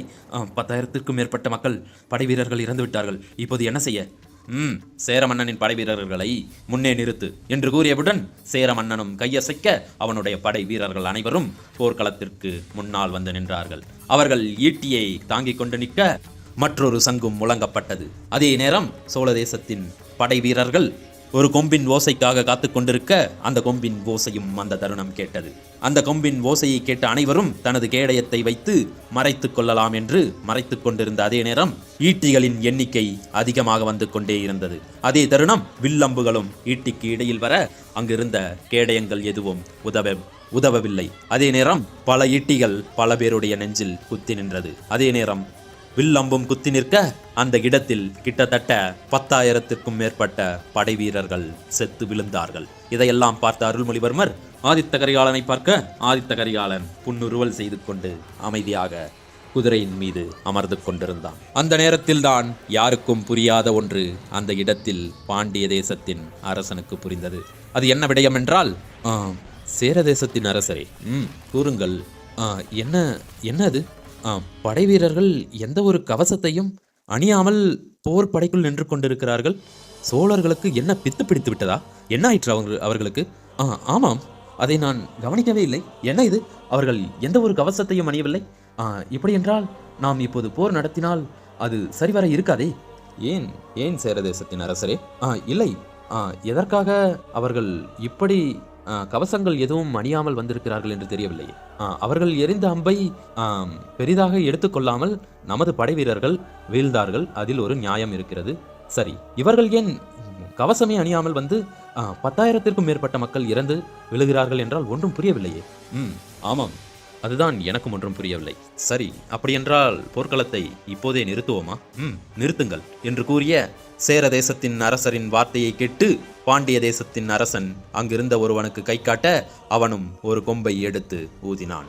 அந்த கொம்பின் சத்தத்தை கேட்ட பாண்டிய தேசத்தின் மற்றும் சேர தேசத்தின் படை வீரர்கள் பின்னடைய சாளுக்கியர்கள் முன்னேறி வந்தார்கள். சேர தேசத்தின் அரசே, கூறுங்கள், இவர்கள் ஏன் முன்னோக்கி செல்கிறார்கள்? ஒன்றும் புரியவில்லையே. நாம் தான் பின்னடைய வேண்டும் என்று கொம்பை ஊதினோம் அல்லவா? தெரியவில்லையே பாண்டிய தேசத்தின் அரசே. மீண்டும் அந்த கொம்பை ஊத கூறுங்கள் என்று கூறியவுடன் மீண்டும் அந்த கொம்பை எடுத்து ஊதிய அங்கிருந்த கொம்பு ஊதுபவன் ஒருவன் அந்த கொம்பை எடுத்து ஊத, ஆனால் மேலும் பின்னடையாமல் முன்னேறி வந்து கொண்டிருந்தார்கள். சாளுக்கியர்களும் படையும் ராஷகுடர்களின் படையும் முன்னேறி வந்து கொண்டே இருக்க அதே தருணம் சேர தேசத்தின் அரசன் கூறினான், இது போர் தர்மம் அல்ல, அனைவரும் பின்வாங்குகள் என்று கூறிக்கொண்டே இருக்க இதை எதையும் பொருட்படுத்தாமல் சாளுக்கியர்கள் மற்றும் ராஷகுடர்களின் படைகள் முன்னேறி கொண்டே இருக்க அதே தருணம் சோழ தேசத்தின் படை வீரர்களிடமிருந்து ஒரு சங்கொன்று முழங்கப்பட்டது. அந்த சங்கின் சத்தத்தை கேட்ட அனைவரும் என்ன செய்வது என்று தெரியாமல் நின்று கொண்டிருக்க கூட்டத்தில் இருந்த ஒரு 1000க்கும் மேற்பட்ட படை வீரர்கள் தனது கையில் வைத்திருக்கும் கேடயம், வாள், ஈட்டி, அம்பு எல்லாம் என்று அனைத்தையும் கீழே போட்டுவிட்டு வேகமாக ஓடி சென்றார்கள் அங்கிருந்த ராஷகுடர்கள் மற்றும் சாளுக்கியர்களின் படையை நோக்கி. இவர்கள் கையில் எந்த ஒரு ஆயுதமும் இல்லாமல் ஓடி வருவதை பார்த்த அங்கிருந்த இரு படை வீரர்களும் என்ன செய்வது என்று தெரியாமல் முழித்துக் கொண்டிருக்க அதே நேரம் ஓடி சென்றவர்கள் வெகு வேகமாக ஓடி சென்று அங்கிருந்தவர்களின் கைகளை இறுக்கி பிடிக்க அதே தருணம் மற்றொரு சங்கு ஊதப்பட்டது. அந்த சங்கு சத்தத்தை கேட்ட சொக்கநாதன் தனது காலத்தை மாற்றி அமைக்க அதே நேரம் மீண்டும் போர்க்களம் துவங்கிய நேரத்தில் வந்து நின்றது. சோழ தேசத்தின் படையிலிருந்து சென்ற சோழ படை வீரர்கள் அங்கிருந்த பல பேருடைய கைகளை பிடித்ததால் அவர்களும் காலத்தை கடந்து வந்து நிற்க அந்த நேரத்தில் கைகளை விட்டுவிட்டு வேறு திசைக்கு ஓடிச் சென்றார்கள் அங்கிருந்த அனைவரும். ராஷகூடர்களின் படையும் சாளுக்கியர்களின் படையும் எதுவும் புரியாமல் திருவென முழித்துக் கொண்டிருக்க அதே நேரம் ஈட்டிகளும் அம்புகளும் பாய்ந்து இறந்து மண்ணில் விழுந்து கடந்த பிணங்கள் மீண்டும் உயிரோடு எழுந்து நிற்பதை பார்த்த அவர்கள் என்ன செய்வது ஏது செய்வது என்று குழம்பி போய் நின்று கொண்டே மெதுவாக பின்னடைந்தார்கள். இதையெல்லாம் பார்த்த ஆதித்த கரிகாலன் புன்னுருவல் செய்ய, அரசே, கூறு அருள்மொழிவர்மா, என்ன இது விளையாட்டு? இதுவும் ஒரு விளையாட்டுத்தான். புரியவில்லை. நீங்கள் என்னை வைத்து விளையாடவில்லையா? அது போன்ற இதுவும் ஒரு விளையாட்டுத்தான். அரசே, கூறு பார்த்திபேந்திரவல்லவா, இருந்தாலும் இப்போது எதற்காக இப்படி செய்கிறீர்கள் என்று புரியவில்லையே. புரியவில்லைதான், எனக்கும் என்ன செய்வது என்று தெரியவில்லைதான். வேண்டுமென்றால் கூறுங்கள், களத்தில் இறங்கி விடுவோம். இறங்கி சண்டையிட்டு மீண்டும் அந்த பாண்டியனை ஓட ஓட விரட்டினால்தான் என் மனம் மாறும். செய்யலாமா? அரசே, இப்போது நான் யாருடைய தலையையும் வெட்டக்கூடாது. இதற்கு முன்னரே வீரபாண்டியனின் தலையை வெட்டியதால் என்னை வறுத்து எடுத்தீர்கள் அனைவரும். இப்போது இந்த போர்க்களத்திலும் எதுவும் செய்யக்கூடாதா? இளையரசே, நாங்கள் அதைத்தான் எதிர்பார்க்கிறோம். அப்படியா? ஆமரசே, அப்படியென்றால் போர்க்களத்தில் இறங்கிவிடலாமா என்று கூறியவுடன் ஒரு கொம்பொன்று ஊதப்பட அந்த கொம்பின் ஓசையை கேட்ட அங்கிருந்த சோழ தேசத்தின் படை வீரர்கள் அனைவரும் தனது கவசங்களை எடுத்துக்கொண்டு அவர்கள் மீது அணிந்து கொண்டு மீண்டும் கையில் வாளையும் ஈட்டியும் ஏந்தி கொண்டு அந்த போர்க்களத்தில் நின்று கொண்டிருக்க அதே நேரம் மறுமுனையில், ஐயோ, என்னடா இவர்கள் மீண்டும் உயிரோடு எழுந்து நிற்கிறார்கள்? என்ன இது ஒன்று புரியவில்லையே. அடே, இதற்கு முன்னரே சூரியன் பாதி தூரம் சென்று விட்டதல்லவா? மீண்டும் உச்சியில் இருக்கிறது எப்படி? ஒன்றும் புரியவில்லையடா. ஐயோ, இவர்கள் எப்படியடா உயிரோடு வந்தார்கள்? இவர்களைத்தான் அம்பெய்து கொன்று விட்டார். ஒன்றுமே புரியவில்லையடா. இது இது எப்படி சாத்தியம்? என்ன செய்வது என்று புரியவில்லையே என்று இவர்கள் குழம்பிக் கொண்டே இருக்க, அதே மறுமுனையில் பாண்டிய தேசத்தின் அரசன், ராஷகூடர்களே மற்றும் சாளுக்கியர்களே, எதற்காக இப்போது முன்னே சென்று நின்று கொண்டிருக்கிறீர்கள்? முதலில் எனது படையை அனுப்புகிறேன், பின்னே வாருங்கள் என்று கூற, இவர்கள் என்ன செய்வது ஏது செய்வது என்று தெரியாமல் திருவென முழித்துக் கொண்டிருந்தார்கள். பாண்டிய அரசே, கூறுங்கள் சேரரசே, என்ன நடக்கிறது? எதற்காக இவர்கள் முன்னே வந்து நின்று கொண்டிருக்கிறார்கள்? அதுதான் எனக்கும் ஒன்றும் புரியவில்லை. சாளுக்கியர்களே என்று அங்கிருந்த பாண்டிய அரசன் கர்ஜிக்க, அதை கேட்ட சாளுக்கியர்களின் அரசன், எதற்காக உங்களுடைய படையை முன்னே அனுப்பினீர்கள் என்று பாண்டிய தேசத்தின் அரசன் கேட்க, இல்லை, நாங்கள் அனுப்பவில்லை. அவர்கள் எதற்காக சென்றார்கள் என்று தெரியவில்லை. பின்னே வாருங்கள், நாம் இறுதியாகத்தான் இந்த போர்க்களத்தில் இறங்க வேண்டும், அனைவரும் பின்னே வாருங்கள் என்று கூற, அங்கிருந்த போர் படை வீரர்கள் எதுவும் கூறாமல் என்ன செய்வது என்று தெரியாமல் பின்னடைந்தார்கள். அந்த போர்க்களமும் மீண்டும் முதல் காட்சியில் துவங்கியது. அதே போன்று வில் அம்பை எடுத்து எறிய, கேடயத்தை வைத்து பயன்படுத்த, அந்த வில் தரமற்ற வில் என்று தெரிந்து கொண்டு அவர்கள் கேடயத்தை பயன்படுத்தாமல் நிற்க, உறுதியான தரமான வில் அம்புகள் பாய்ந்த அந்த நேரம் அதே போல் அங்கிருந்த படை வீரர்களை கொன்று குவித்தது. அதே போன்று 10,000த்திற்கும் மேற்பட்ட மக்கள், அதாவது படை வீரர்கள் அங்கு மாண்டு விழுந்தார்கள். இதையெல்லாம் பார்த்த வந்தியத்தேவன், அரசே, இப்போதுதான் நன்றாக இருக்கிறது போர்க்களம், இப்போது என்ன செய்ய வேண்டும் என்று கூறுங்கள், செய்து விடுவோம் என்று கூறியவுடன், வந்தியத்தேவா, அரசே, நீ செல். அரசே, நீ செல். எங்க அரசே? போர்க்களத்தில் நீ தனியாக செல் என்றேன்.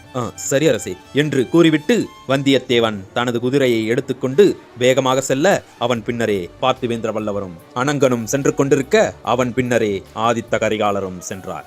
அவன் பின்னரே அருள்மொழிவர்மரும் சென்றார். அவன் பின்னரே கடம்பனும் ஒரு குதிரையில் சென்றான். இவர்கள் அனைவரும் சென்றவுடன் இதையெல்லாம் பார்த்த குறுநில மன்னர்கள் அனைவரும் என்ன செய்வது என்று தெரியாமல் படைபலத்தை அங்கேயே நிறுத்தி வைத்துவிட்டு, குறுநில மன்னர்கள் அனைவரும் தனது குதிரையை எடுத்துக்கொண்டு நேராக போர்க்களத்தில் முன்னால் போய் நின்றன. கிட்டத்தட்ட போர் படைக்கும் அவர்கள் நிற்கும் இடத்திற்கும் கிட்டத்தட்ட 1000 அடிக்கு மேல் இருந்தது. இவர்கள் முன்னேறி நிற்பதை பார்த்த சோழ படைகளை கண்ட பாண்டிய படையும் சேரப்படையும் என்ன செய்வது என்று அறியாமல் நிற்க, அதே நேரம் சாளுக்கியர்களும் ராஷகூடர்களும் என்ன செய்வது என்று தெரியாமல் முன்னேறி வந்த 2000த்திற்கும் மேற்பட்ட படை வீரர்கள் அங்கிருந்து ஏதோ மாய மந்திரம் செய்கிறார்கள் என்று பின்னடைந்து போய் சென்று விட்டார்கள். இதையெல்லாம் பார்த்த பாண்டிய தேசத்தின் அரசன், ராஷகூடர்களே, எங்கே உங்களுடைய படை?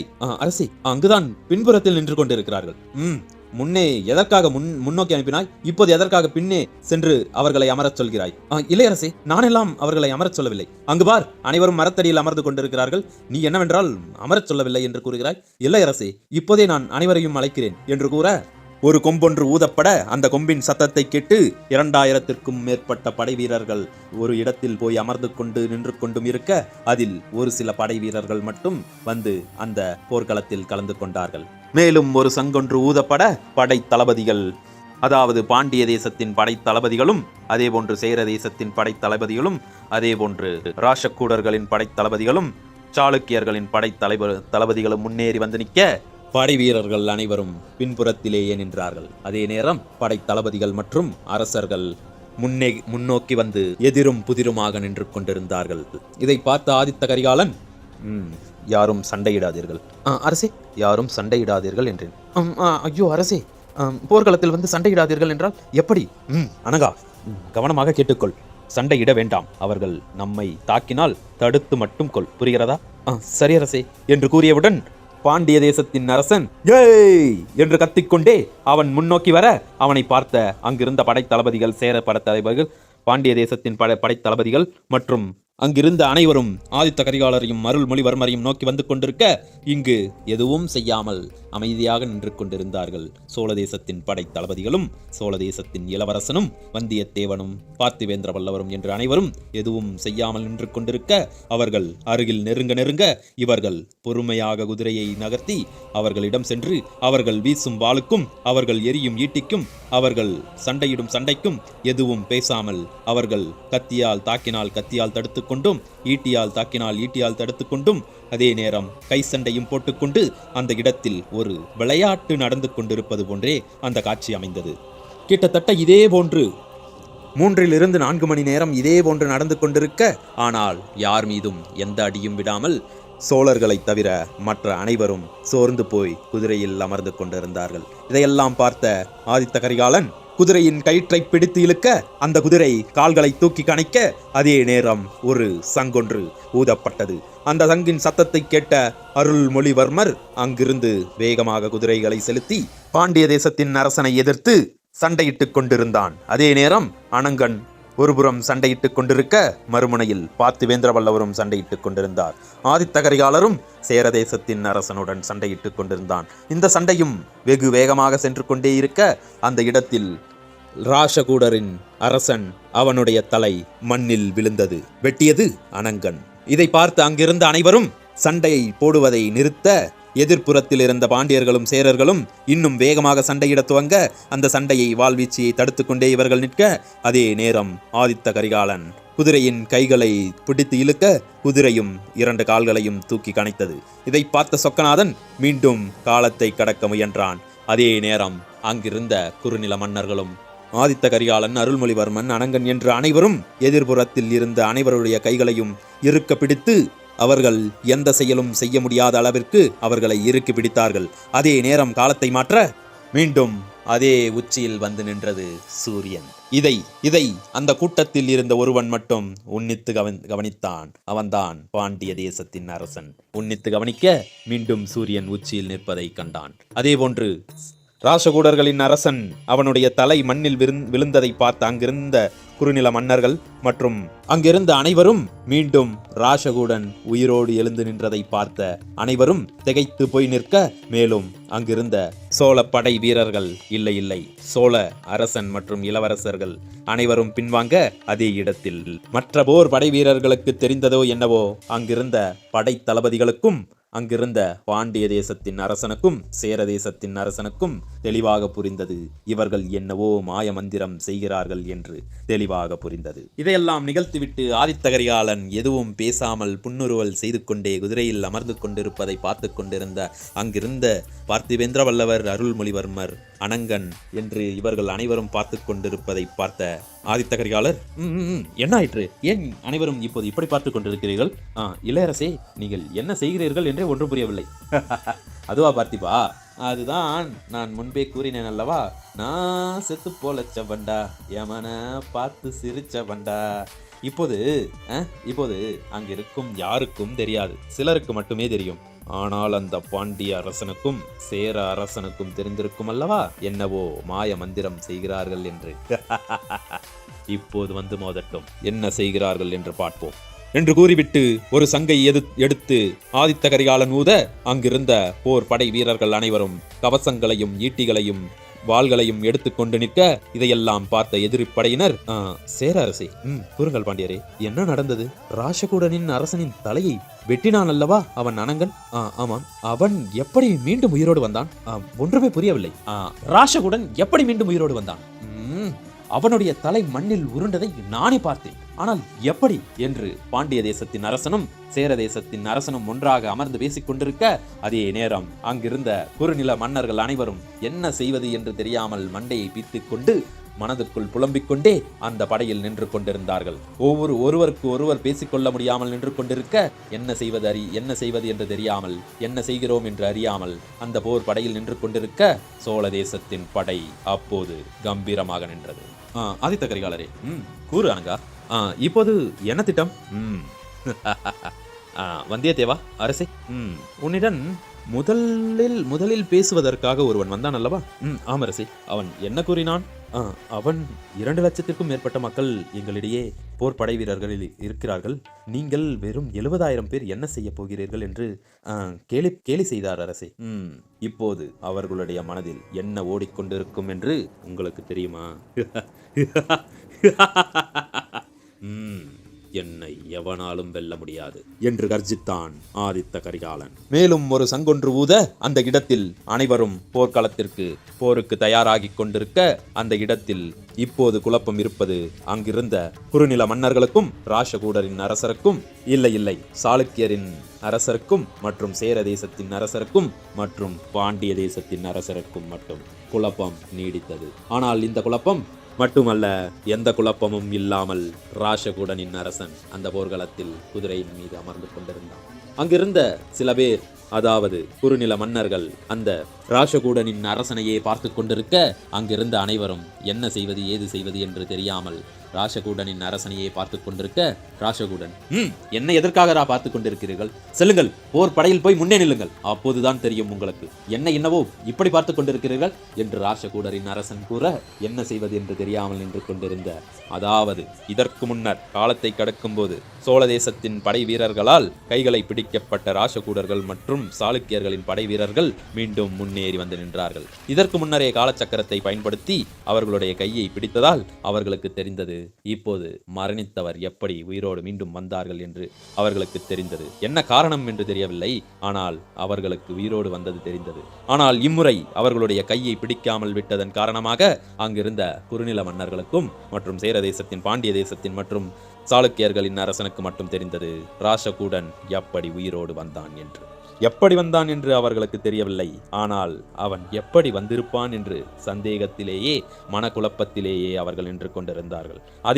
அதே நேரம் எதிரிப்படை, அதாவது சோழ தேசத்தின் படையிலிருந்து மீண்டும் ஒரு கொம்பொன்றை ஊத அவர்கள் போருக்கு தயாராகிவிட்டார்கள் என்று எண்ணிக்கொண்டிருந்த பாண்டிய தேசத்தின் அரசன் எதையும் சிந்திக்காமல் நேராக ஒரு கொம்பொன்றை எடுத்து ஊதினான். அந்த கொம்பின் ஓசையை கேட்ட அங்கிருந்த பாண்டிய தேசத்தின் படை வீரர்கள் என்ன செய்வது என்று அறியாமல் நேரடியாக சர்ப்பத்தின் வியூகத்தை வடித்தார்கள். இதை பார்த்த அனங்கன், அரசே, எனக்கே சர்ப்பமா? பாற்றுக்கொள்கிறேன் என்று கூறிவிட்டு வந்தியத்தேவனை பார்த்தான் அனங்கன். வந்தியத்தேவனுக்கு இதற்கு முன்னரே புரிந்துவிட்டது, இப்போது பருந்தின் வியோகத்தை எடுக்க வேண்டும் என்று. பருந்தின் வியோகத்தை எடுத்த வந்தியத்தேவன் அந்த வியூகத்தை சரியாக வழி நடத்தி சென்றான். அதே நேரம் சர்ப்பம், அதாவது பாம்பின் வியூகத்தை கொஞ்சம் கொஞ்சமாக தின்று கொண்டே இருந்தது கழுகின் பருந்தின் வியூகம். இதை பார்த்த சேர தேசத்தின் அரசன் அவன் ஒரு சங்கை எடுத்து ஊத, அந்த நேரத்தில் சேர தேசத்தின் படை வீரர்கள் மீண்டும் ஒரு பாம்பை, சர்ப்பத்தை வடிவமைத்தார்கள். அதே நேரம் ஆதித்த கரிகாலன் மேலும் ஒரு சங்கொன்றை ஊத, அந்த சங்கு சத்தத்தை கேட்ட அருள்மொழிவர்மரும் மேலும் ஒரு கழுகை பருந்தை உருவாக்கினான். அந்த பருந்தும் சேர தேசத்தின் படை வீரர்களை முழுங்கிக் கொண்டே சென்று கொண்டிருக்க, அந்த பருந்தின் உருவம் பெரிதாகிக் கொண்டே இருந்தது. இதை பார்த்த அனங்கனும் வந்தியத்தேவனும் மேலும் தன்னுடைய பருந்தையும் பெரிதாகிக் கொண்டே இருந்தார்கள். மேலும் ஒரு சங்கை எடுத்து ஊதினார் ஆதித்த கரிகாலன். ஆதித்த கரிகாலன் ஊதிய சங்கின் ஓசையை கேட்ட அங்கிருந்த அனைவரும் அங்கிருந்த பருந்தை பெரிதாக்கும் வேகத்தில் அனைவரும் அந்த பருந்தின் கூட்டுக்குள் சென்று அடைந்தார்கள். பாண்டிய தேசத்தின் படை வீரர்களும் சேர தேசத்தின் படை வீரர்களும் முக்கால்வாசி பேர் முழுங்கிவிட்டார்கள் இந்த பருந்தின் வீகம் அமைத்த சோழ படை வீரர்கள். எதிரி படையினிடம் இருந்த சர்ப்ப வடிவத்தில் வந்த அங்கிருந்த படை வீரர்களை விழுங்கிய பருந்தை பார்த்த ஆதித்த கரிகாலர் மேலும் ஒரு சங்கொன்றை முழங்க மீண்டும் காலத்தை மாற்றினான் சொக்கநாதன். மீண்டும் அந்த சூரியன் உச்சியை வந்தடைய இப்போது இங்கிருக்கும் அனைவருக்கும் புரிந்தது, அங்கிருக்கும் யாருக்கும் புரியாமல் இருந்தது. மேலும் முதலில் இருந்து ஆரம்பித்த இந்த போர் மீண்டும் அதே அம்பை, எதற்கும் பயன்படாத அம்பை எய்தார்கள். மீண்டும் சுழற்சியாக அதே நடந்து கொண்டிருக்க, இந்த முறை பருந்தின் வாய்க்குள் மாட்டிய அந்த சர்ப்பத்தில் வந்தடைந்த அனைத்து படை வீரர்களுக்கும் புரிந்தது, ஏதோ மாயமந்திரம் செய்கிறார்கள் என்பது. ஏனென்றால் அவர்களுடைய கையை இறுக்கி பிடித்துக் கொண்டார்கள் சோழ தேசத்தின் படை வீரர்கள். அப்போது இவர்கள் பேசிக்கொண்டார்கள், இதற்கு முன்னரே நாம் சென்று போர்க்களத்தில் போர் செய்தோம் அல்லவா? ஆமாமடா, இப்போதுதான் போர் செய்த மாதிரி இருந்தது. இவர்கள் இதோ செல்கிறார்களே, ஒன்றுமே புரியவில்லையே. என்ன இது? ஒன்றும் புரியவில்லை, எனக்கு தலையே சுத்துகிறது என்று கிட்டத்தட்ட 1,00,000க்கும் மேற்பட்ட படை வீரர்கள் என்ன செய்வது ஏது செய்வது என்று தெரியாமல் திருவென முழித்துக் கொண்டிருக்க, இதையெல்லாம் பார்த்த பாண்டிய தேசத்தின் படை வீரர்கள் மற்றும் பாண்டிய தேசத்தின் அரசன், சேர அரசே, கூறுங்கள். என்னவோ ஏதோ ஒரு வித்தியாசமான ஒன்று நடந்து கொண்டே இருப்பது போன்ற காட்சி எனக்கு தோன்றுகிறது. என்ன? ஒன்று புரியவில்லை. ஆமாம், முதலில் என்ன நடந்தது என்றால், யாரோ சிலர் திடீரென்று ராஷகூடர்களின் கைகளை பிடித்துவிட்டு வேகமென ஓடிச் சென்றார்கள். அது நன்றாக எனக்கு நினைவிருக்கிறது. இப்போது என்னவென்றால், இன்னும் போர்க்களமே துவங்கவில்லை. ஆனால் போர்க்களம் துவங்குவதற்கு முன்னரே நமது படை வீரர்கள் அந்த திசையில் இருந்து பின்னடைந்து கொண்டு வந்து கொண்டிருக்கிறார்கள். அப்படி என்றால் என்ன பொருள்? ஆமாம் பாண்டிய தேசத்தின் அரசரை, நானும் இப்படித்தான் எனக்கும் தோன்றியது. அப்படி என்றால் உங்களுக்கு தோன்றியதும் ஏதோ ஒன்று எனக்கும் தோன்றியிருக்கிறது என்றால் அது உண்மையில் நடந்ததா இல்லை கனவா என்று ஒன்றுமே புரியவில்லையே. ஆமாம் அரசே, எனக்கும் ஒன்றும் புரியவில்லை. அப்படியென்றால் இந்த முறை எதுவும் செய்யக்கூடாது. நாம் பின்னடைவதே நம்முடைய பாதுகாப்பிற்கு. நம்முடைய பாதுகாப்பு இல்லை என்றாலும் நம்முடைய படை வீரர்களுக்கு பாதுகாப்பு என்று தோன்றுகிறது. ஆமாம், நீங்கள் கூறுவது சரிதான் பாண்டிய தேசத்தின் அரசரே. இவர்கள் ஏதோ மாயம் செய்கிறார்கள், என்னவென்று எனக்கு தெரியவில்லை. அந்த திசையில் இருந்து நமது படை வீரர்கள் வந்து கொண்டிருக்கிறார்கள் என்றால் நமது படை வீரர்களை மூளைச்சலவை செய்து நம்முடைய படை வீரர்களை நமக்கு எதிராக திருப்பி விடுவார்கள் என்று தோன்றுகிறது. என்ன கூறுகிறீர்கள் அரசே? ஆமாம், எனக்கும் ஒன்றும் புரியவில்லை. இது போன்ற ஒரு சில விடயங்கள் என் மனதை உறுத்தி கொண்டே உள்ளது. இந்த போர்க்களத்தை இப்போதே தவிர்த்துவிட்டு செல்லலாம் என்று எனக்கு தோன்றுகிறது. என்ன கூறுகிறீர்கள்? என்ன பாண்டிய அரசே இப்படி கூறுகிறீர்கள்? நீங்கள் அழைத்தீர்கள் என்றுதானே நான் வந்தேன். நான் அழைத்தேன் என்றுதான் நீங்கள் வந்தீர்கள். ஆனால் நீங்களும் சோழ தேசத்தை எதிர்க்க வேண்டும் என்றுதானே நினைத்துக் கொண்டிருந்தீர்கள். ஆதலால் தானே உங்களை அழைத்தேன். ஆமாம், சோழ தேசத்தை எதிர்க்க வேண்டும் என்று நினைத்துக் கொண்டுதான் இருந்தேன். ஆதலால் தான் உங்களுடன் வந்தேன். ஆனால் நீங்கள் சாளுக்கியர்களையும் மற்றும் இந்த ராசகுடர்களையும் ஒன்றாக இணைத்துக் கொண்டு வருவீர்கள் என்று எனக்கு எப்படி தெரியும்? ஆம், என்ன கூறுகிறீர்கள்? ஆமாம், நீங்கள் தானே அவர்களை அழைத்துக் கொண்டு வந்தீர்கள். இல்லையே, நான் அவர்களிடம் எந்த அழைப்பும் அழைக்கவில்லையே. அப்படி என்றால் அவர்கள் எப்படி நம்முடன் சேர்ந்தார்கள்? நீங்கள் அழைத்தீர்கள் என்றுதான் அவர்கள் வந்தார்கள் என்று நினைத்தேன். இப்போது என்னவென்றால் நீங்கள் அழைக்கவில்லை என்கிறீர்கள். பிறகு எப்படி? என்ன சேர அரசை கூறுகிறீர்கள்? நீங்கள் அழைத்ததால் தான் அவர்கள் வந்தார்கள் என்று நான் நினைத்துக் கொண்டிருக்கிறேன். இப்போது என்னவென்றால் நீங்கள் இப்படி கூறுகிறீர்கள். பாண்டிய தேசத்தின் அரசை, அப்படி என்றால் ஏதோ ஒரு மாய வித்தை செய்கிறார்கள் என்று உங்களுக்கு தோன்றுகிறது அல்லவா? ஆமாம், எனக்கும் அப்படித்தான் தோன்றுகிறது. சரி, அப்படி என்றால் இப்போது நாம் பின்னடைவதே நமக்கு சரியானது என்று தோன்றுகிறது. ஆம் அரசே, அப்படி என்றால் இப்போது பின்னடைவோம் என்று கூறிவிட்டு ஒரு பெரிய சங்கொன்றை ஊத அந்த இடத்தில் போர்க்களம் கலைந்து சென்றது. இதை பார்த்த சோழ தேசத்தின் அரசர்கள், என்ன இவர்கள் பின்னடைந்து விட்டார்கள்? ஒன்றும் தெரியவில்லை பார்த்திபேந்திர வல்லவரே. ஒருவேளை நாம் செய்த வேலைகள் எல்லாம் அவர்களுக்கு தெரிந்து விட்டதோ? இல்லை, தெரிந்திருக்க வாய்ப்பில்லை. அப்படி என்றால் என்ன நடந்தது? உங்களை அனைவரையும் படுத்து உறங்க சொல்லிவிட்டார் அல்லவா? எப்போது? நேற்று இரவு. ஆமாம், அப்போது என்னை மற்றும் அழைத்து கொண்டு அங்கிருந்த சொக்கநாதனை சென்று சந்தித்து விட்டு வரலாம் என்று அழைத்தார் ஆதித்த கரிகாலர். என்ன வந்தியத்தேவா கூறுகிறாய்? ஆமாம், கூறுகிறேன். பிறகு என்ன நடந்தது? வாருங்கள், சென்று கொண்டே பேசுவோம் என்று அந்த போர் படைகளையும் கலைந்து செல்ல அந்த இடத்தில் அருள்மொழிவர்மர், ஆதித்த கரிகாலன், அனங்கன், வந்தியத்தேவன், பார்த்திபேந்திர வல்லவன் மற்றும் கடம்பன் என்று அனைவரும் சொக்கநாதன் இருக்கும் இடத்திற்கு செல்ல அந்த மரத்தின் மேலிருந்து கீழே இறங்கி வந்தார்கள் அங்கிருந்த அனைவரும்.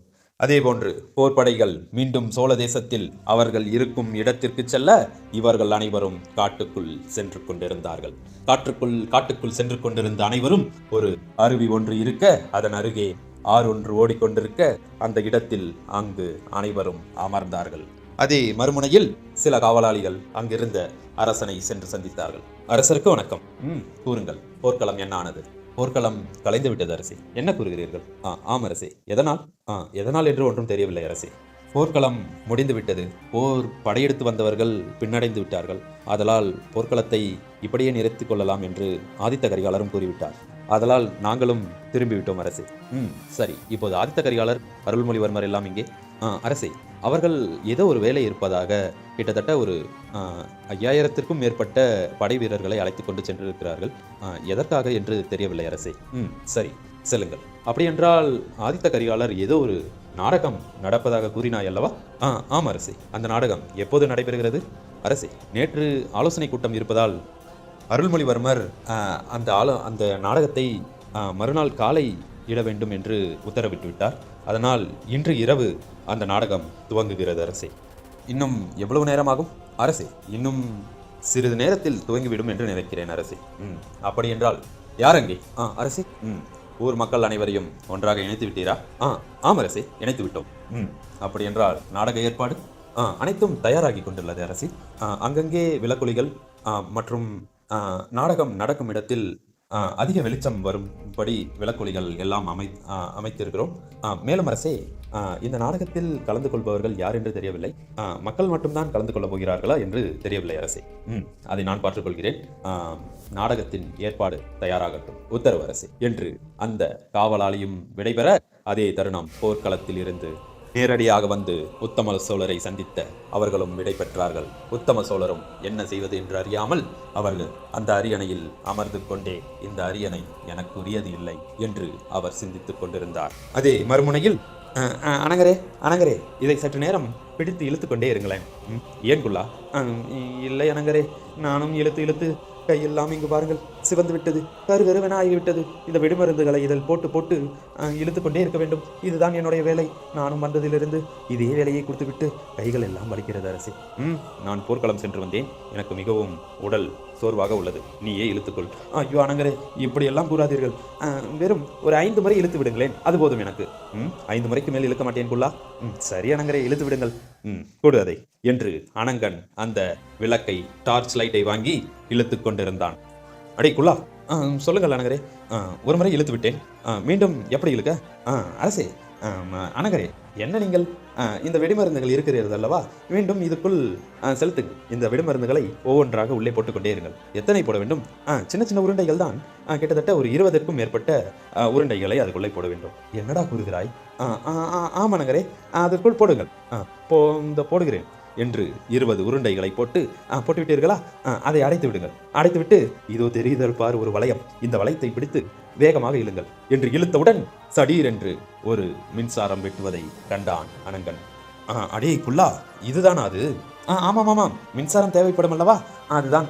அங்கு பாருங்கள், அங்குதான் மார்கழி மற்றும் குந்தவை மற்றும் கலா, அப்புறம் அது யார் என்று தெரியவில்லை, மலர் மலர், இவர்கள் அனைவரும் அமர்ந்து கொண்டு ஒவ்வொருவருடைய பெயராக நீக்கிக் கொண்டே இருக்கிறார். அதற்குத்தான் மின்சாரம் வேண்டுமாம். அதற்காகத்தான் இவ்வளவு நேரம் இழுத்து கொண்டிருந்தேன் அரசே. உதவுங்களேன். இன்னும் ஒரு 4 முறை மட்டும் இழுத்து விடுங்கள். அடே, முதலிலே ஒரு முறை இழுத்து விட்டேன், இப்போது ஒரு முறை, இன்னும் 3 முறை தான் இழுப்பேன். என்ன அனங்கரே இப்படி கூறுகிறீர்கள்? என்னால் முடியாதடா. ஐயோ, இப்படி எல்லாம் கூறாதீர்கள். என்னாலும் முடியவில்லை, உதவுங்களேன் ப்ளீஸ். என்ன? அதுதான், உங்களை கெய்ந்து கேட்டுக்கொள்கிறேன். என்ன? தாழ்மையுடன் கேட்டுக்கொள்கிறேன். இருக்கட்டும்.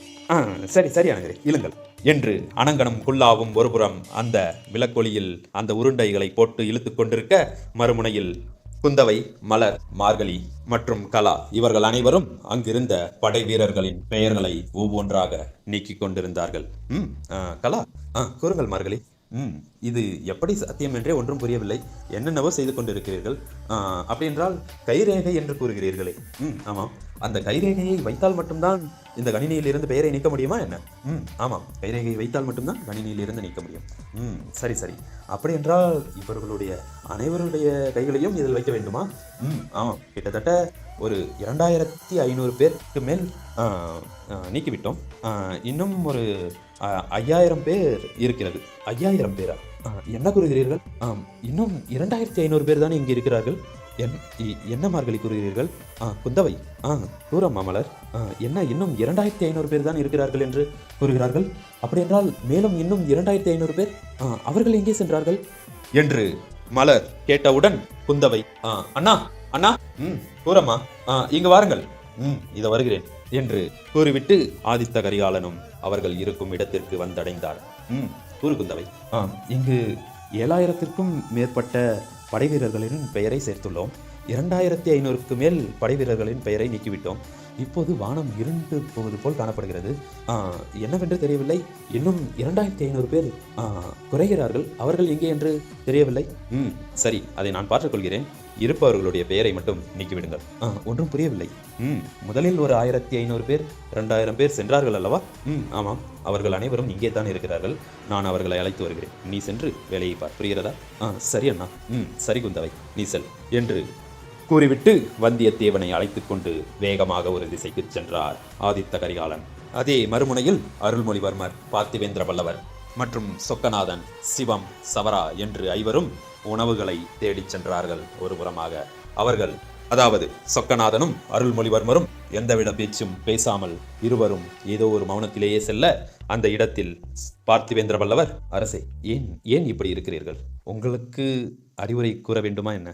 சொக்கநாதன் அவன் உங்களை நம்பி அல்லவா வந்திருக்கிறான். அவனை நீங்கள் இப்படி புறக்கணிப்பது நன்றாக இல்லை அரசே.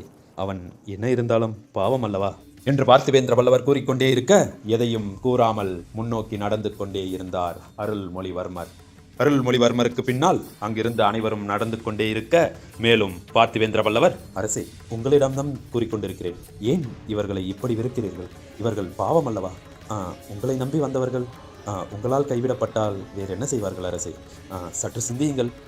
அவர்களுடைய நிலைமையும் யோசித்து பார்க்க வேண்டும் அல்லவா என்று பார்த்திவேந்திர வல்லவர் கூறிக்கொண்டே இருக்க, மேலும் எதுவும் கூறாமல் அருள்மொழிவர்மர் சென்று கொண்டே இருந்தார். ஒரு கணம் பார்த்திவேந்திர வல்லவர் எதுவும் கூறாமல் மௌனமாக நடப்பதையும் நிறுத்திவிட்டு நிற்க, அருள்மொழிவர்மர் முன்னோக்கி சென்று கொண்டே இருந்தார். சென்று கொண்டிருந்த அவர் பின்னால் வருபவர் யாரும் வரவில்லை என்பதை உணர்ந்து ஒரு கணம் நின்றார். ஏனென்றால் பார்த்திவேந்திர வல்லவர் நின்றவுடன் அங்கிருந்த சொக்கநாதன் மற்றும் சபரா, சிவம் என்று அனைவரும் இருக்க, அவர்களும் பல்லவ அரசரின் பின்னாலே நின்றார்கள். இதை உணர்ந்த அருள்மொழிவர்மர் சற்று திரும்பி பார்க்க அவருடைய கண்கள் கலங்கி இருந்தன. என்ன செய்வது என்று தெரியாமல் திரும்பி பார்த்த அருள்மொழிவர்மர் மேலும் நின்று சொக்கநாதனுடைய கண்களையே பார்த்து கொண்டிருக்க, சொக்கநாதன் ஓடி சென்று அருள்மொழிவர்மரை கட்டி அணைக்க, அருள்மொழிவர்மரும் சொக்கநாதனின் முதுகில் தட்டி கொடுத்துவிட்டு, வா சொக்கநாதா செல்வோம் என்று கூறிவிட்டு அனைவரும் சென்றார்கள். அப்படியே அவர்கள் உணவை தேடிக்கொண்டு அங்கு சென்று கொண்டே இருக்க, மறுமுனையில் ஆற்றங்கரை ஓரமாக ஒரு குழியை தோண்டிக் கொண்டிருந்தான் கடம்பன். எதற்காக அந்த குழி, எதற்காக தோண்டுகிறோம் என்று தெரியாமல் தோண்டிக் கொண்டே இருக்க, கடம்பனுக்கு உதவியாக கர்ணாவும் மற்றும் மதியழகரும் தோண்டிக் கொண்டே இருந்தார்கள். அடே கடம்பா, எதற்காகடா குழி தோண்ட சொன்னார் என்று தோண்டிக் கொண்டிருக்கிறாய்? இடையில் எங்களை வேற இழுத்து இதழில் விட்டுவிட்டாய். இன்னும் எவ்வளவுதான் தோண்ட வேண்டும்? முட்டிக்கால் அளவிற்கு தோண்டியாச்சு. இதற்கு மேல் என்ன செய்ய வேண்டும்? நீர் வேற அதில் சேர்ந்து கொண்டே இருக்கிறதா? அந்த நீரை மொண்டு ஊத்து, வெளியில் ஊத்து. கருணா, அங்கு கிடைக்கிறது பார் ஒரு பண ஓலை. இல்லை இல்லை, அது என்ன ஓலை? பண மட்டையா? அதை எடுத்து வா. அதை இதில் மொண்டு ஊற்ற முடியுமா என்று பார். இதை எடுத்து வருகிறேன் மதியாளரே. இந்தார்கள், இதில் மொண்டு ஊற்ற முடியுமா? ஊற்றலாம். நீ வேறு ஏதேனும் இந்த தேங்காய் ஓடு இருக்கிறது அல்லவா, ஓடு, அந்த ஓடு கிடைத்தால் நன்றாக இருக்கும். அது எங்கேயாவது இருக்கிறதா என்று தேடி அதை எடுத்து வா. நாம் அதில் மொண்டு ஊற்றினால் சீக்கிரமாக மொண்டு ஊற்றலாம். என்ன பேசுகிறீர்கள்? இல்லை, இதுதான் பெரியது, அது சிறியது. இருந்தாலும் அது கொஞ்சம் அதிக நீர் பிடிக்குவது போல் மனதில் தோன்றுகிறது. அமைதியாக குழியை தோண்டுங்கள். நான் வேறு ஏதாவது இதை அள்ளி ஊற்ற கிடைக்கிறதா என்று பார்த்துவிட்டு வருகிறேன் என்று கருணாவும் கூறிவிட்டு செல்ல, கடம்பனும் மதியழகரும் அந்த குழியை தோண்டிக் கொண்டிருந்தார்கள். அதே வேளையில் வானம் இருளத் தொடங்கியது. அந்த இடத்தில் தீப்பந்தங்கள் வேண்டுமென்று அந்த இடத்தில் தீப்பந்தங்களும் ஏற்றப்பட்டது. அதே நேரத்தில் ஆதித்த கரிகாலரும் வந்தியத்தேவனும் மீதம் இருந்த 2000த்திற்கும் மேற்பட்ட படை வீரர்களை கொண்டு வந்து அந்த இடத்தில் நிறுத்த அவர்களுடைய பெயர்களையும் நீக்கி கொண்டிருந்தார்கள். கலா, குந்தவை இவர்களுடன் இருந்த அனைவரும். அதே நேரத்தில் அனங்கரே, இன்னும் ஒரு முறை மட்டும் எனக்காக தயவு செய்து இன்னும் ஒரு முறை மட்டும் இழுத்து விடுங்களேன். குல்லா, என்னால் முடியாது. இதுவரை 5 என்று தான் கொடுத்தாய். நான் 50 முறைக்கு மேல் இழுத்து விட்டேன். எனது கைகளை பார். உன்னை இங்கேயே கொண்டு புதைத்து விடுவேன். எப்படி முதல் முறை என்னை வெட்டினீர்களே, அது போலையா? டேய் குல்லா, உன்னை என்னால் முடியாதடா. அனங்கரை, இப்படி எல்லாம் கூறாதீர்கள். நான் கிட்டத்தட்ட 500 முறைக்கு மேல் இழுத்து விட்டேன். நீங்கள் 50 முறை தானே இழுத்தீர்கள். இன்னும் ஒரு முறை இழுங்கள், அடுத்து நான் பார்த்துக் கொள்கிறேன் என்று இவர்கள் சண்டை போட்டுக் கொண்டே இருக்க, உணவுகளை தேடிச் சென்ற அனைவரும் உணவோடு வந்தடைந்தார்கள். அங்கிருந்த காவலாளிகள், அதாவது படை வீரர்கள் அனைவரும் அந்த காட்டை சுற்றி பாதுகாப்புக்காக நின்று கொண்டார்கள். அதே நேரம் வானம் இருண்டு காணப்பட்டது. அதே நேரம் சோழ தேசத்தில் நாடகமும் துவங்கப்பட்டது. அதே நேரம் இந்த காட்டுக்குள் மற்றொரு நாடகமும் துவங்கப்பட்டது. சோழ தேசத்தில் நடக்கும் நாடகத்தை முதலில் பார்ப்போமா, இல்லை காட்டுக்குள் நடக்கும் நாடகத்தை முதலில் பார்ப்போமா என்ற கேள்விக்கு சோழ தேசத்தில் நடக்கும் நாடகமே இப்போது நமக்கு அவசியம் என்று தோன்றுகிறது. ஆதலால் சோழ தேசத்தில் நடக்கும் நாடகத்தை முதலில் பார்த்துவிட்டு பிறகு வந்து பார்ப்போம் காட்டுக்குள் நடக்கும் நாடகத்தை. சபையோர் அனைவருக்கும் வணக்கம்.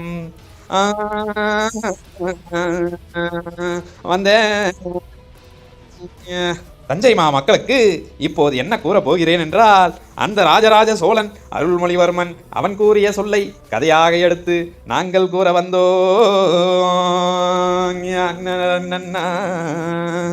ஆதித்த கரிகால என்றோர் அரசன், ஆதித்த கரிகால என்றோர் அரசன், வீரபாண்டியனின் தலையை கொண்டான், வீரபாண்டியனின் தலையை கொண்டான். ஆதித்த கரிகால என்றோர் அரசன், ஆதித்த கரிகால என்றோர் அரசன், வீரபாண்டியனின் தலையை கொண்டானடி, வீரபாண்டியனின் தலையை கொண்டானடி. இப்போது என்ன சொல்ல வர? ஆமாம் அரசே, வீரபாண்டியனின் தலையை கொன்று விட்டாராமே உனது மகன். வீரபாண்டியனின் தலையை கொன்று விட்டானா எனது மகன்? ஆமாம் அரசே, அப்படித்தான் ஊர் மக்கள் எல்லாம் பேசிக்கொள்கிறார்கள். என்ன நடந்ததாம் அந்த போரில்? அந்த போரில் தத்தோம் தத்தோம் தத்தோம் தகிடுதோம் தத்தோம் தத்தோம் தத்தோம் தகிடுதோம். அந்த போரில் என்ன நடந்ததா என்று கேட்கிறீர்கள்? அதைத்தான் கேட்டேன். அந்த போரில் ஆதித்த கரிகாலன் என்னும் இளவரசன் அந்த ஆதித்த கரிகாலன் எனும் இளவரசன் அந்த ஆதித்த கரிகாலன் எனும் இளவரசன் அடே நிறுத்தடா. கூறுங்கள் அரசே, கூறுங்கள். மேலும் என்ன நடந்தது என்று கூறுவதென்றால் நீ என்னவென்றால் என்னென்னவோ சொல்லிக் கொண்டிருக்கிறாய். கூறுகிறேன் கூறுகிறேன். அந்த போரில் என்ன நடந்தது என்றால் வீரபாண்டியனின் தலையில் கத்தியை வைத்து உனது தலையை வெட்டவா என்று கேட்டான் ஆதித்த கரிகாலன்.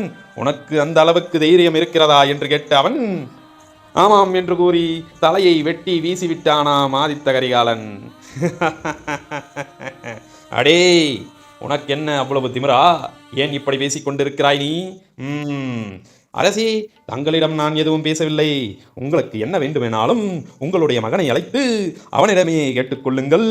என்ன நடந்தது என்று அவரே கூறுவார். அப்படியா? ஆமாம். தத்தோம் தத்தோம் தத்தோம் தகிடுதோம். அடே, நீ கூறியது உண்மைதானடா? நீ கூறியது உண்மைதான். என்ன அரசை கூறுகிறீர்கள்? என்ன கூறுகிறீர்கள்? ஆமாம், நீ கூறியது உண்மைதான். எனது மகன் ஆதித்த கரிகாலன் இப்போது பாண்டிய தேசத்தின் அரசனான வீரபாண்டியனின் தலையை வெட்டி விட்டானாம். ஆமாம் அரசே, ஆமாம் அரசே, ஆமாம் அரசே, ஆமாம் அரசே.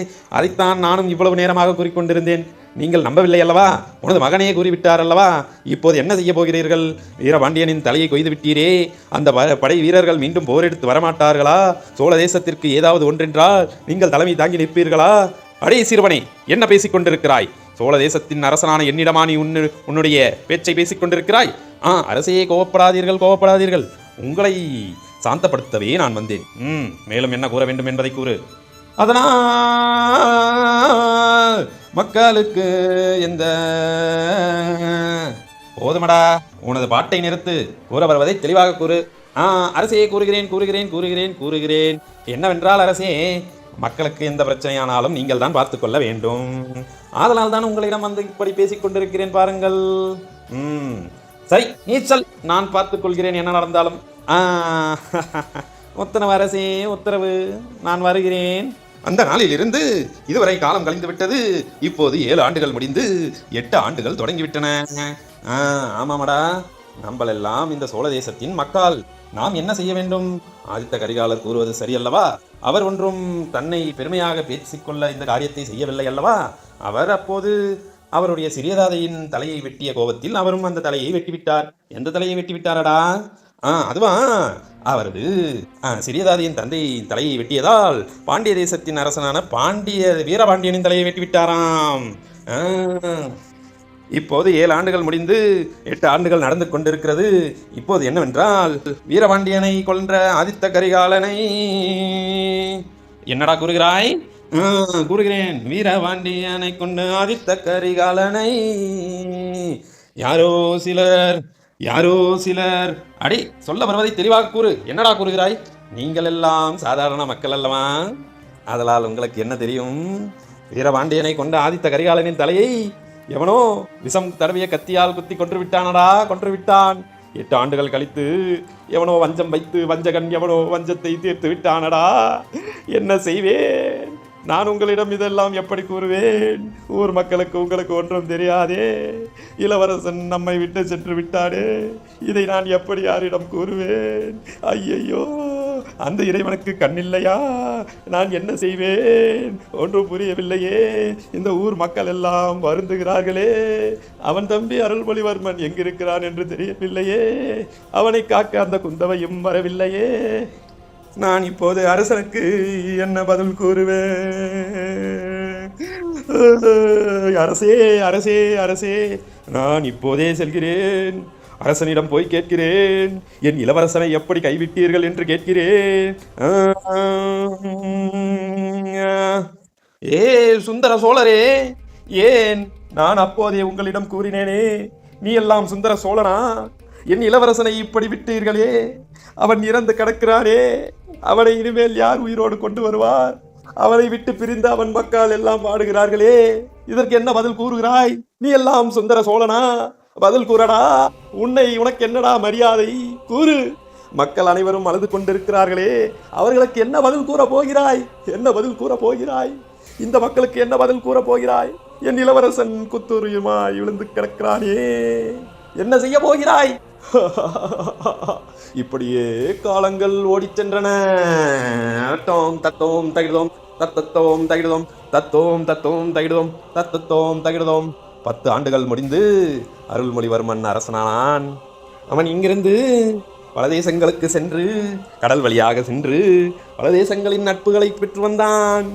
இங்கு பெரிய கோவில் ஒன்றை எழுப்ப இருக்கிறான். அருள்மொழிவர்மன் இப்போது அரசன், ராஜாதிராஜன். தத்தோம் தத்தோம் தகிடுதோம். அருள்மொழிவர்மரே, அருள்மொழிவர்மரே. கூறப்பா.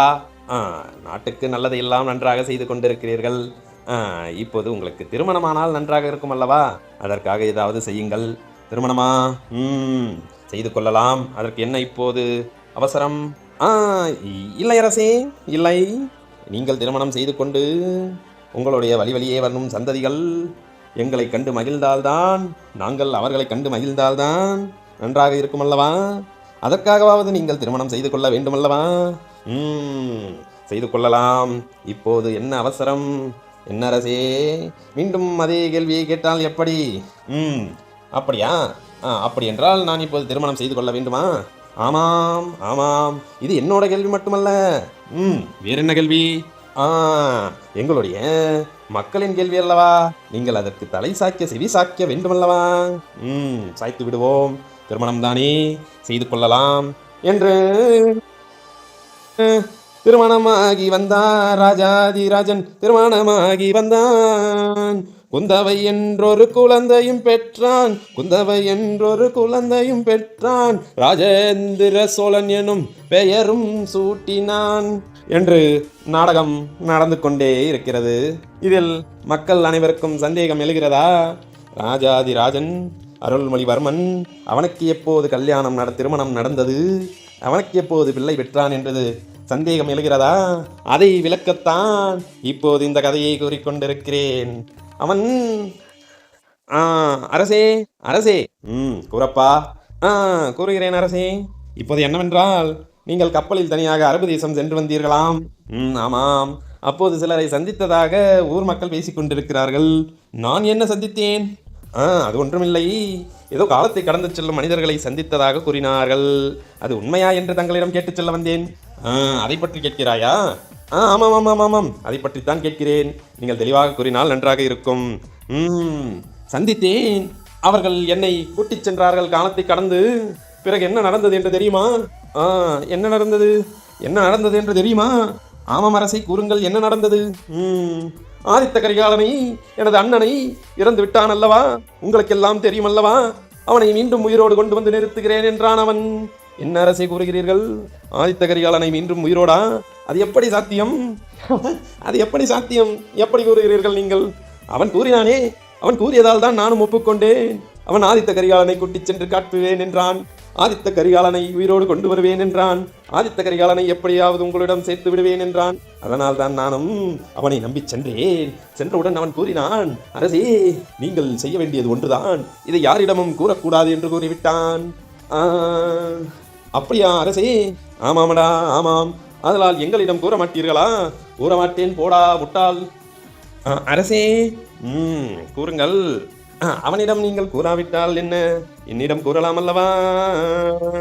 உங்களிடம் என்ன கூற வேண்டும்? ஆதித்த கரிகாலனை போய் மீண்டும் சந்தித்தேன், அதை கூற வேண்டுமா? அதை கூற வேண்டுமா உங்களுக்கு? கூறுகிறேன், கூறுகிறேன். என்னை அவன் அழைத்துச் சென்றான். ஆதித்த கரிகாலனை மீட்டு தருகிறேன் என்று அழைத்துச் சென்றான். அழைத்துச் சென்றவன் என்ன செய்தான் என்று தெரியுமா? ஆதித்த கரிகாலனை மீண்டும் என் கண் முன்னே கொண்டு வந்து நிறுத்திவிட்டான். நிறுத்திவிட்டான். நான் பார்த்து கண் கலங்கி நின்றேன். அந்த இடத்தில் என்னால் எதுவும் பேச முடியவில்லை. நான் என்ன செய்வது? அவனை கட்டி அணைத்தேன், முத்தம் கொடுத்தேன். நீ சென்று வா என்றேன். வழி அனுப்பி வைத்தேன். 20 வருடங்களுக்கு பிறகு மீண்டும் எனது அண்ணனை சந்திக்கும் அளவுக்கு எனக்கு சக்தி இருக்குமா? அந்த சிவன் கொடுத்து இருப்பானா? இவன் கொடுத்தானே, சொக்கநாதன். அந்த சொக்கநாதன் யார்? அந்த சிவன் அல்லவா சொக்கநாதன். அந்த சிவனை எனக்கு வந்து கொடுத்த வரம் அல்லவா எனது அண்ணன். ஆனால் அவன் என்ன கேட்டான் என்று உனக்கு தெரியுமா? என்ன அரசை கேட்டான்? என்ன கேட்டான்? கூறுகிறேன் கேளடா, கூறுகிறேன் கேள். கூறுங்கள் அரசே, கூறுங்கள். என்ன கூறினான்?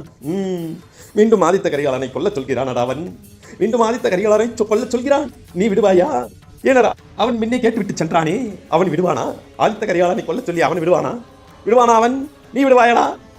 இந்த ஊர் மக்களுக்கு தெரிந்தால் அவர்கள் விடுவார்களா? ஆதித்த கரிகாலனை கொள்வதற்கு அவர்கள் சம்மதிப்பார்களா? அவன் மீண்டும் வந்து அதைத்தானே கேட்டான். நான் அவனிடம் கூறிவிட்டேன், இனிமேல் இது நடக்காது. எனது அண்ணன் என்னுடன் தான் இருப்பான், அவனை நான் பார்த்துக் கொள்கிறேன், நீ எங்கேயோ சென்று கொள் என்று கூறிவிட்டேன். அவனும் சென்று விட்டான். பிறகு என்ன நடக்கும் என்று பிறகு பார்ப்போம். நன்றி, வணக்கம். அனைவரும் குடிக்க நீராடி விட்டு வாருங்கள். பிறகு இந்த நாடகத்தை தொடங்குவோம்.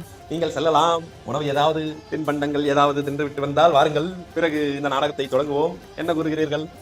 சென்று வாருங்கள் என்று மேலும் பாதி நாடகம் காத்து கொண்டிருக்க, அதே மறுமுனையில் அந்த இருள் சூழ்ந்த அடர்ந்த காட்டுக்குள் அருள்மொழிவர்மர், அனங்கன், பார்த்திபேந்திர பல்லவர், ஆதித்த கரிகாலர், வந்தியத்தேவன், கர்ணா, மதியழகர், கடம்பன், குல்லா, சவரா, சொக்கநாதன், சிவம், குந்தவை, மார்கழி, மலர் மற்றும் கலா இவர்கள் அனைவரும் ஒன்றாக அமர்ந்து கொண்டு ஒரு தீயில் கிடைத்த உணவை தீத்து கொண்டு வாட்டிக்கொண்டு இருந்தார்கள்.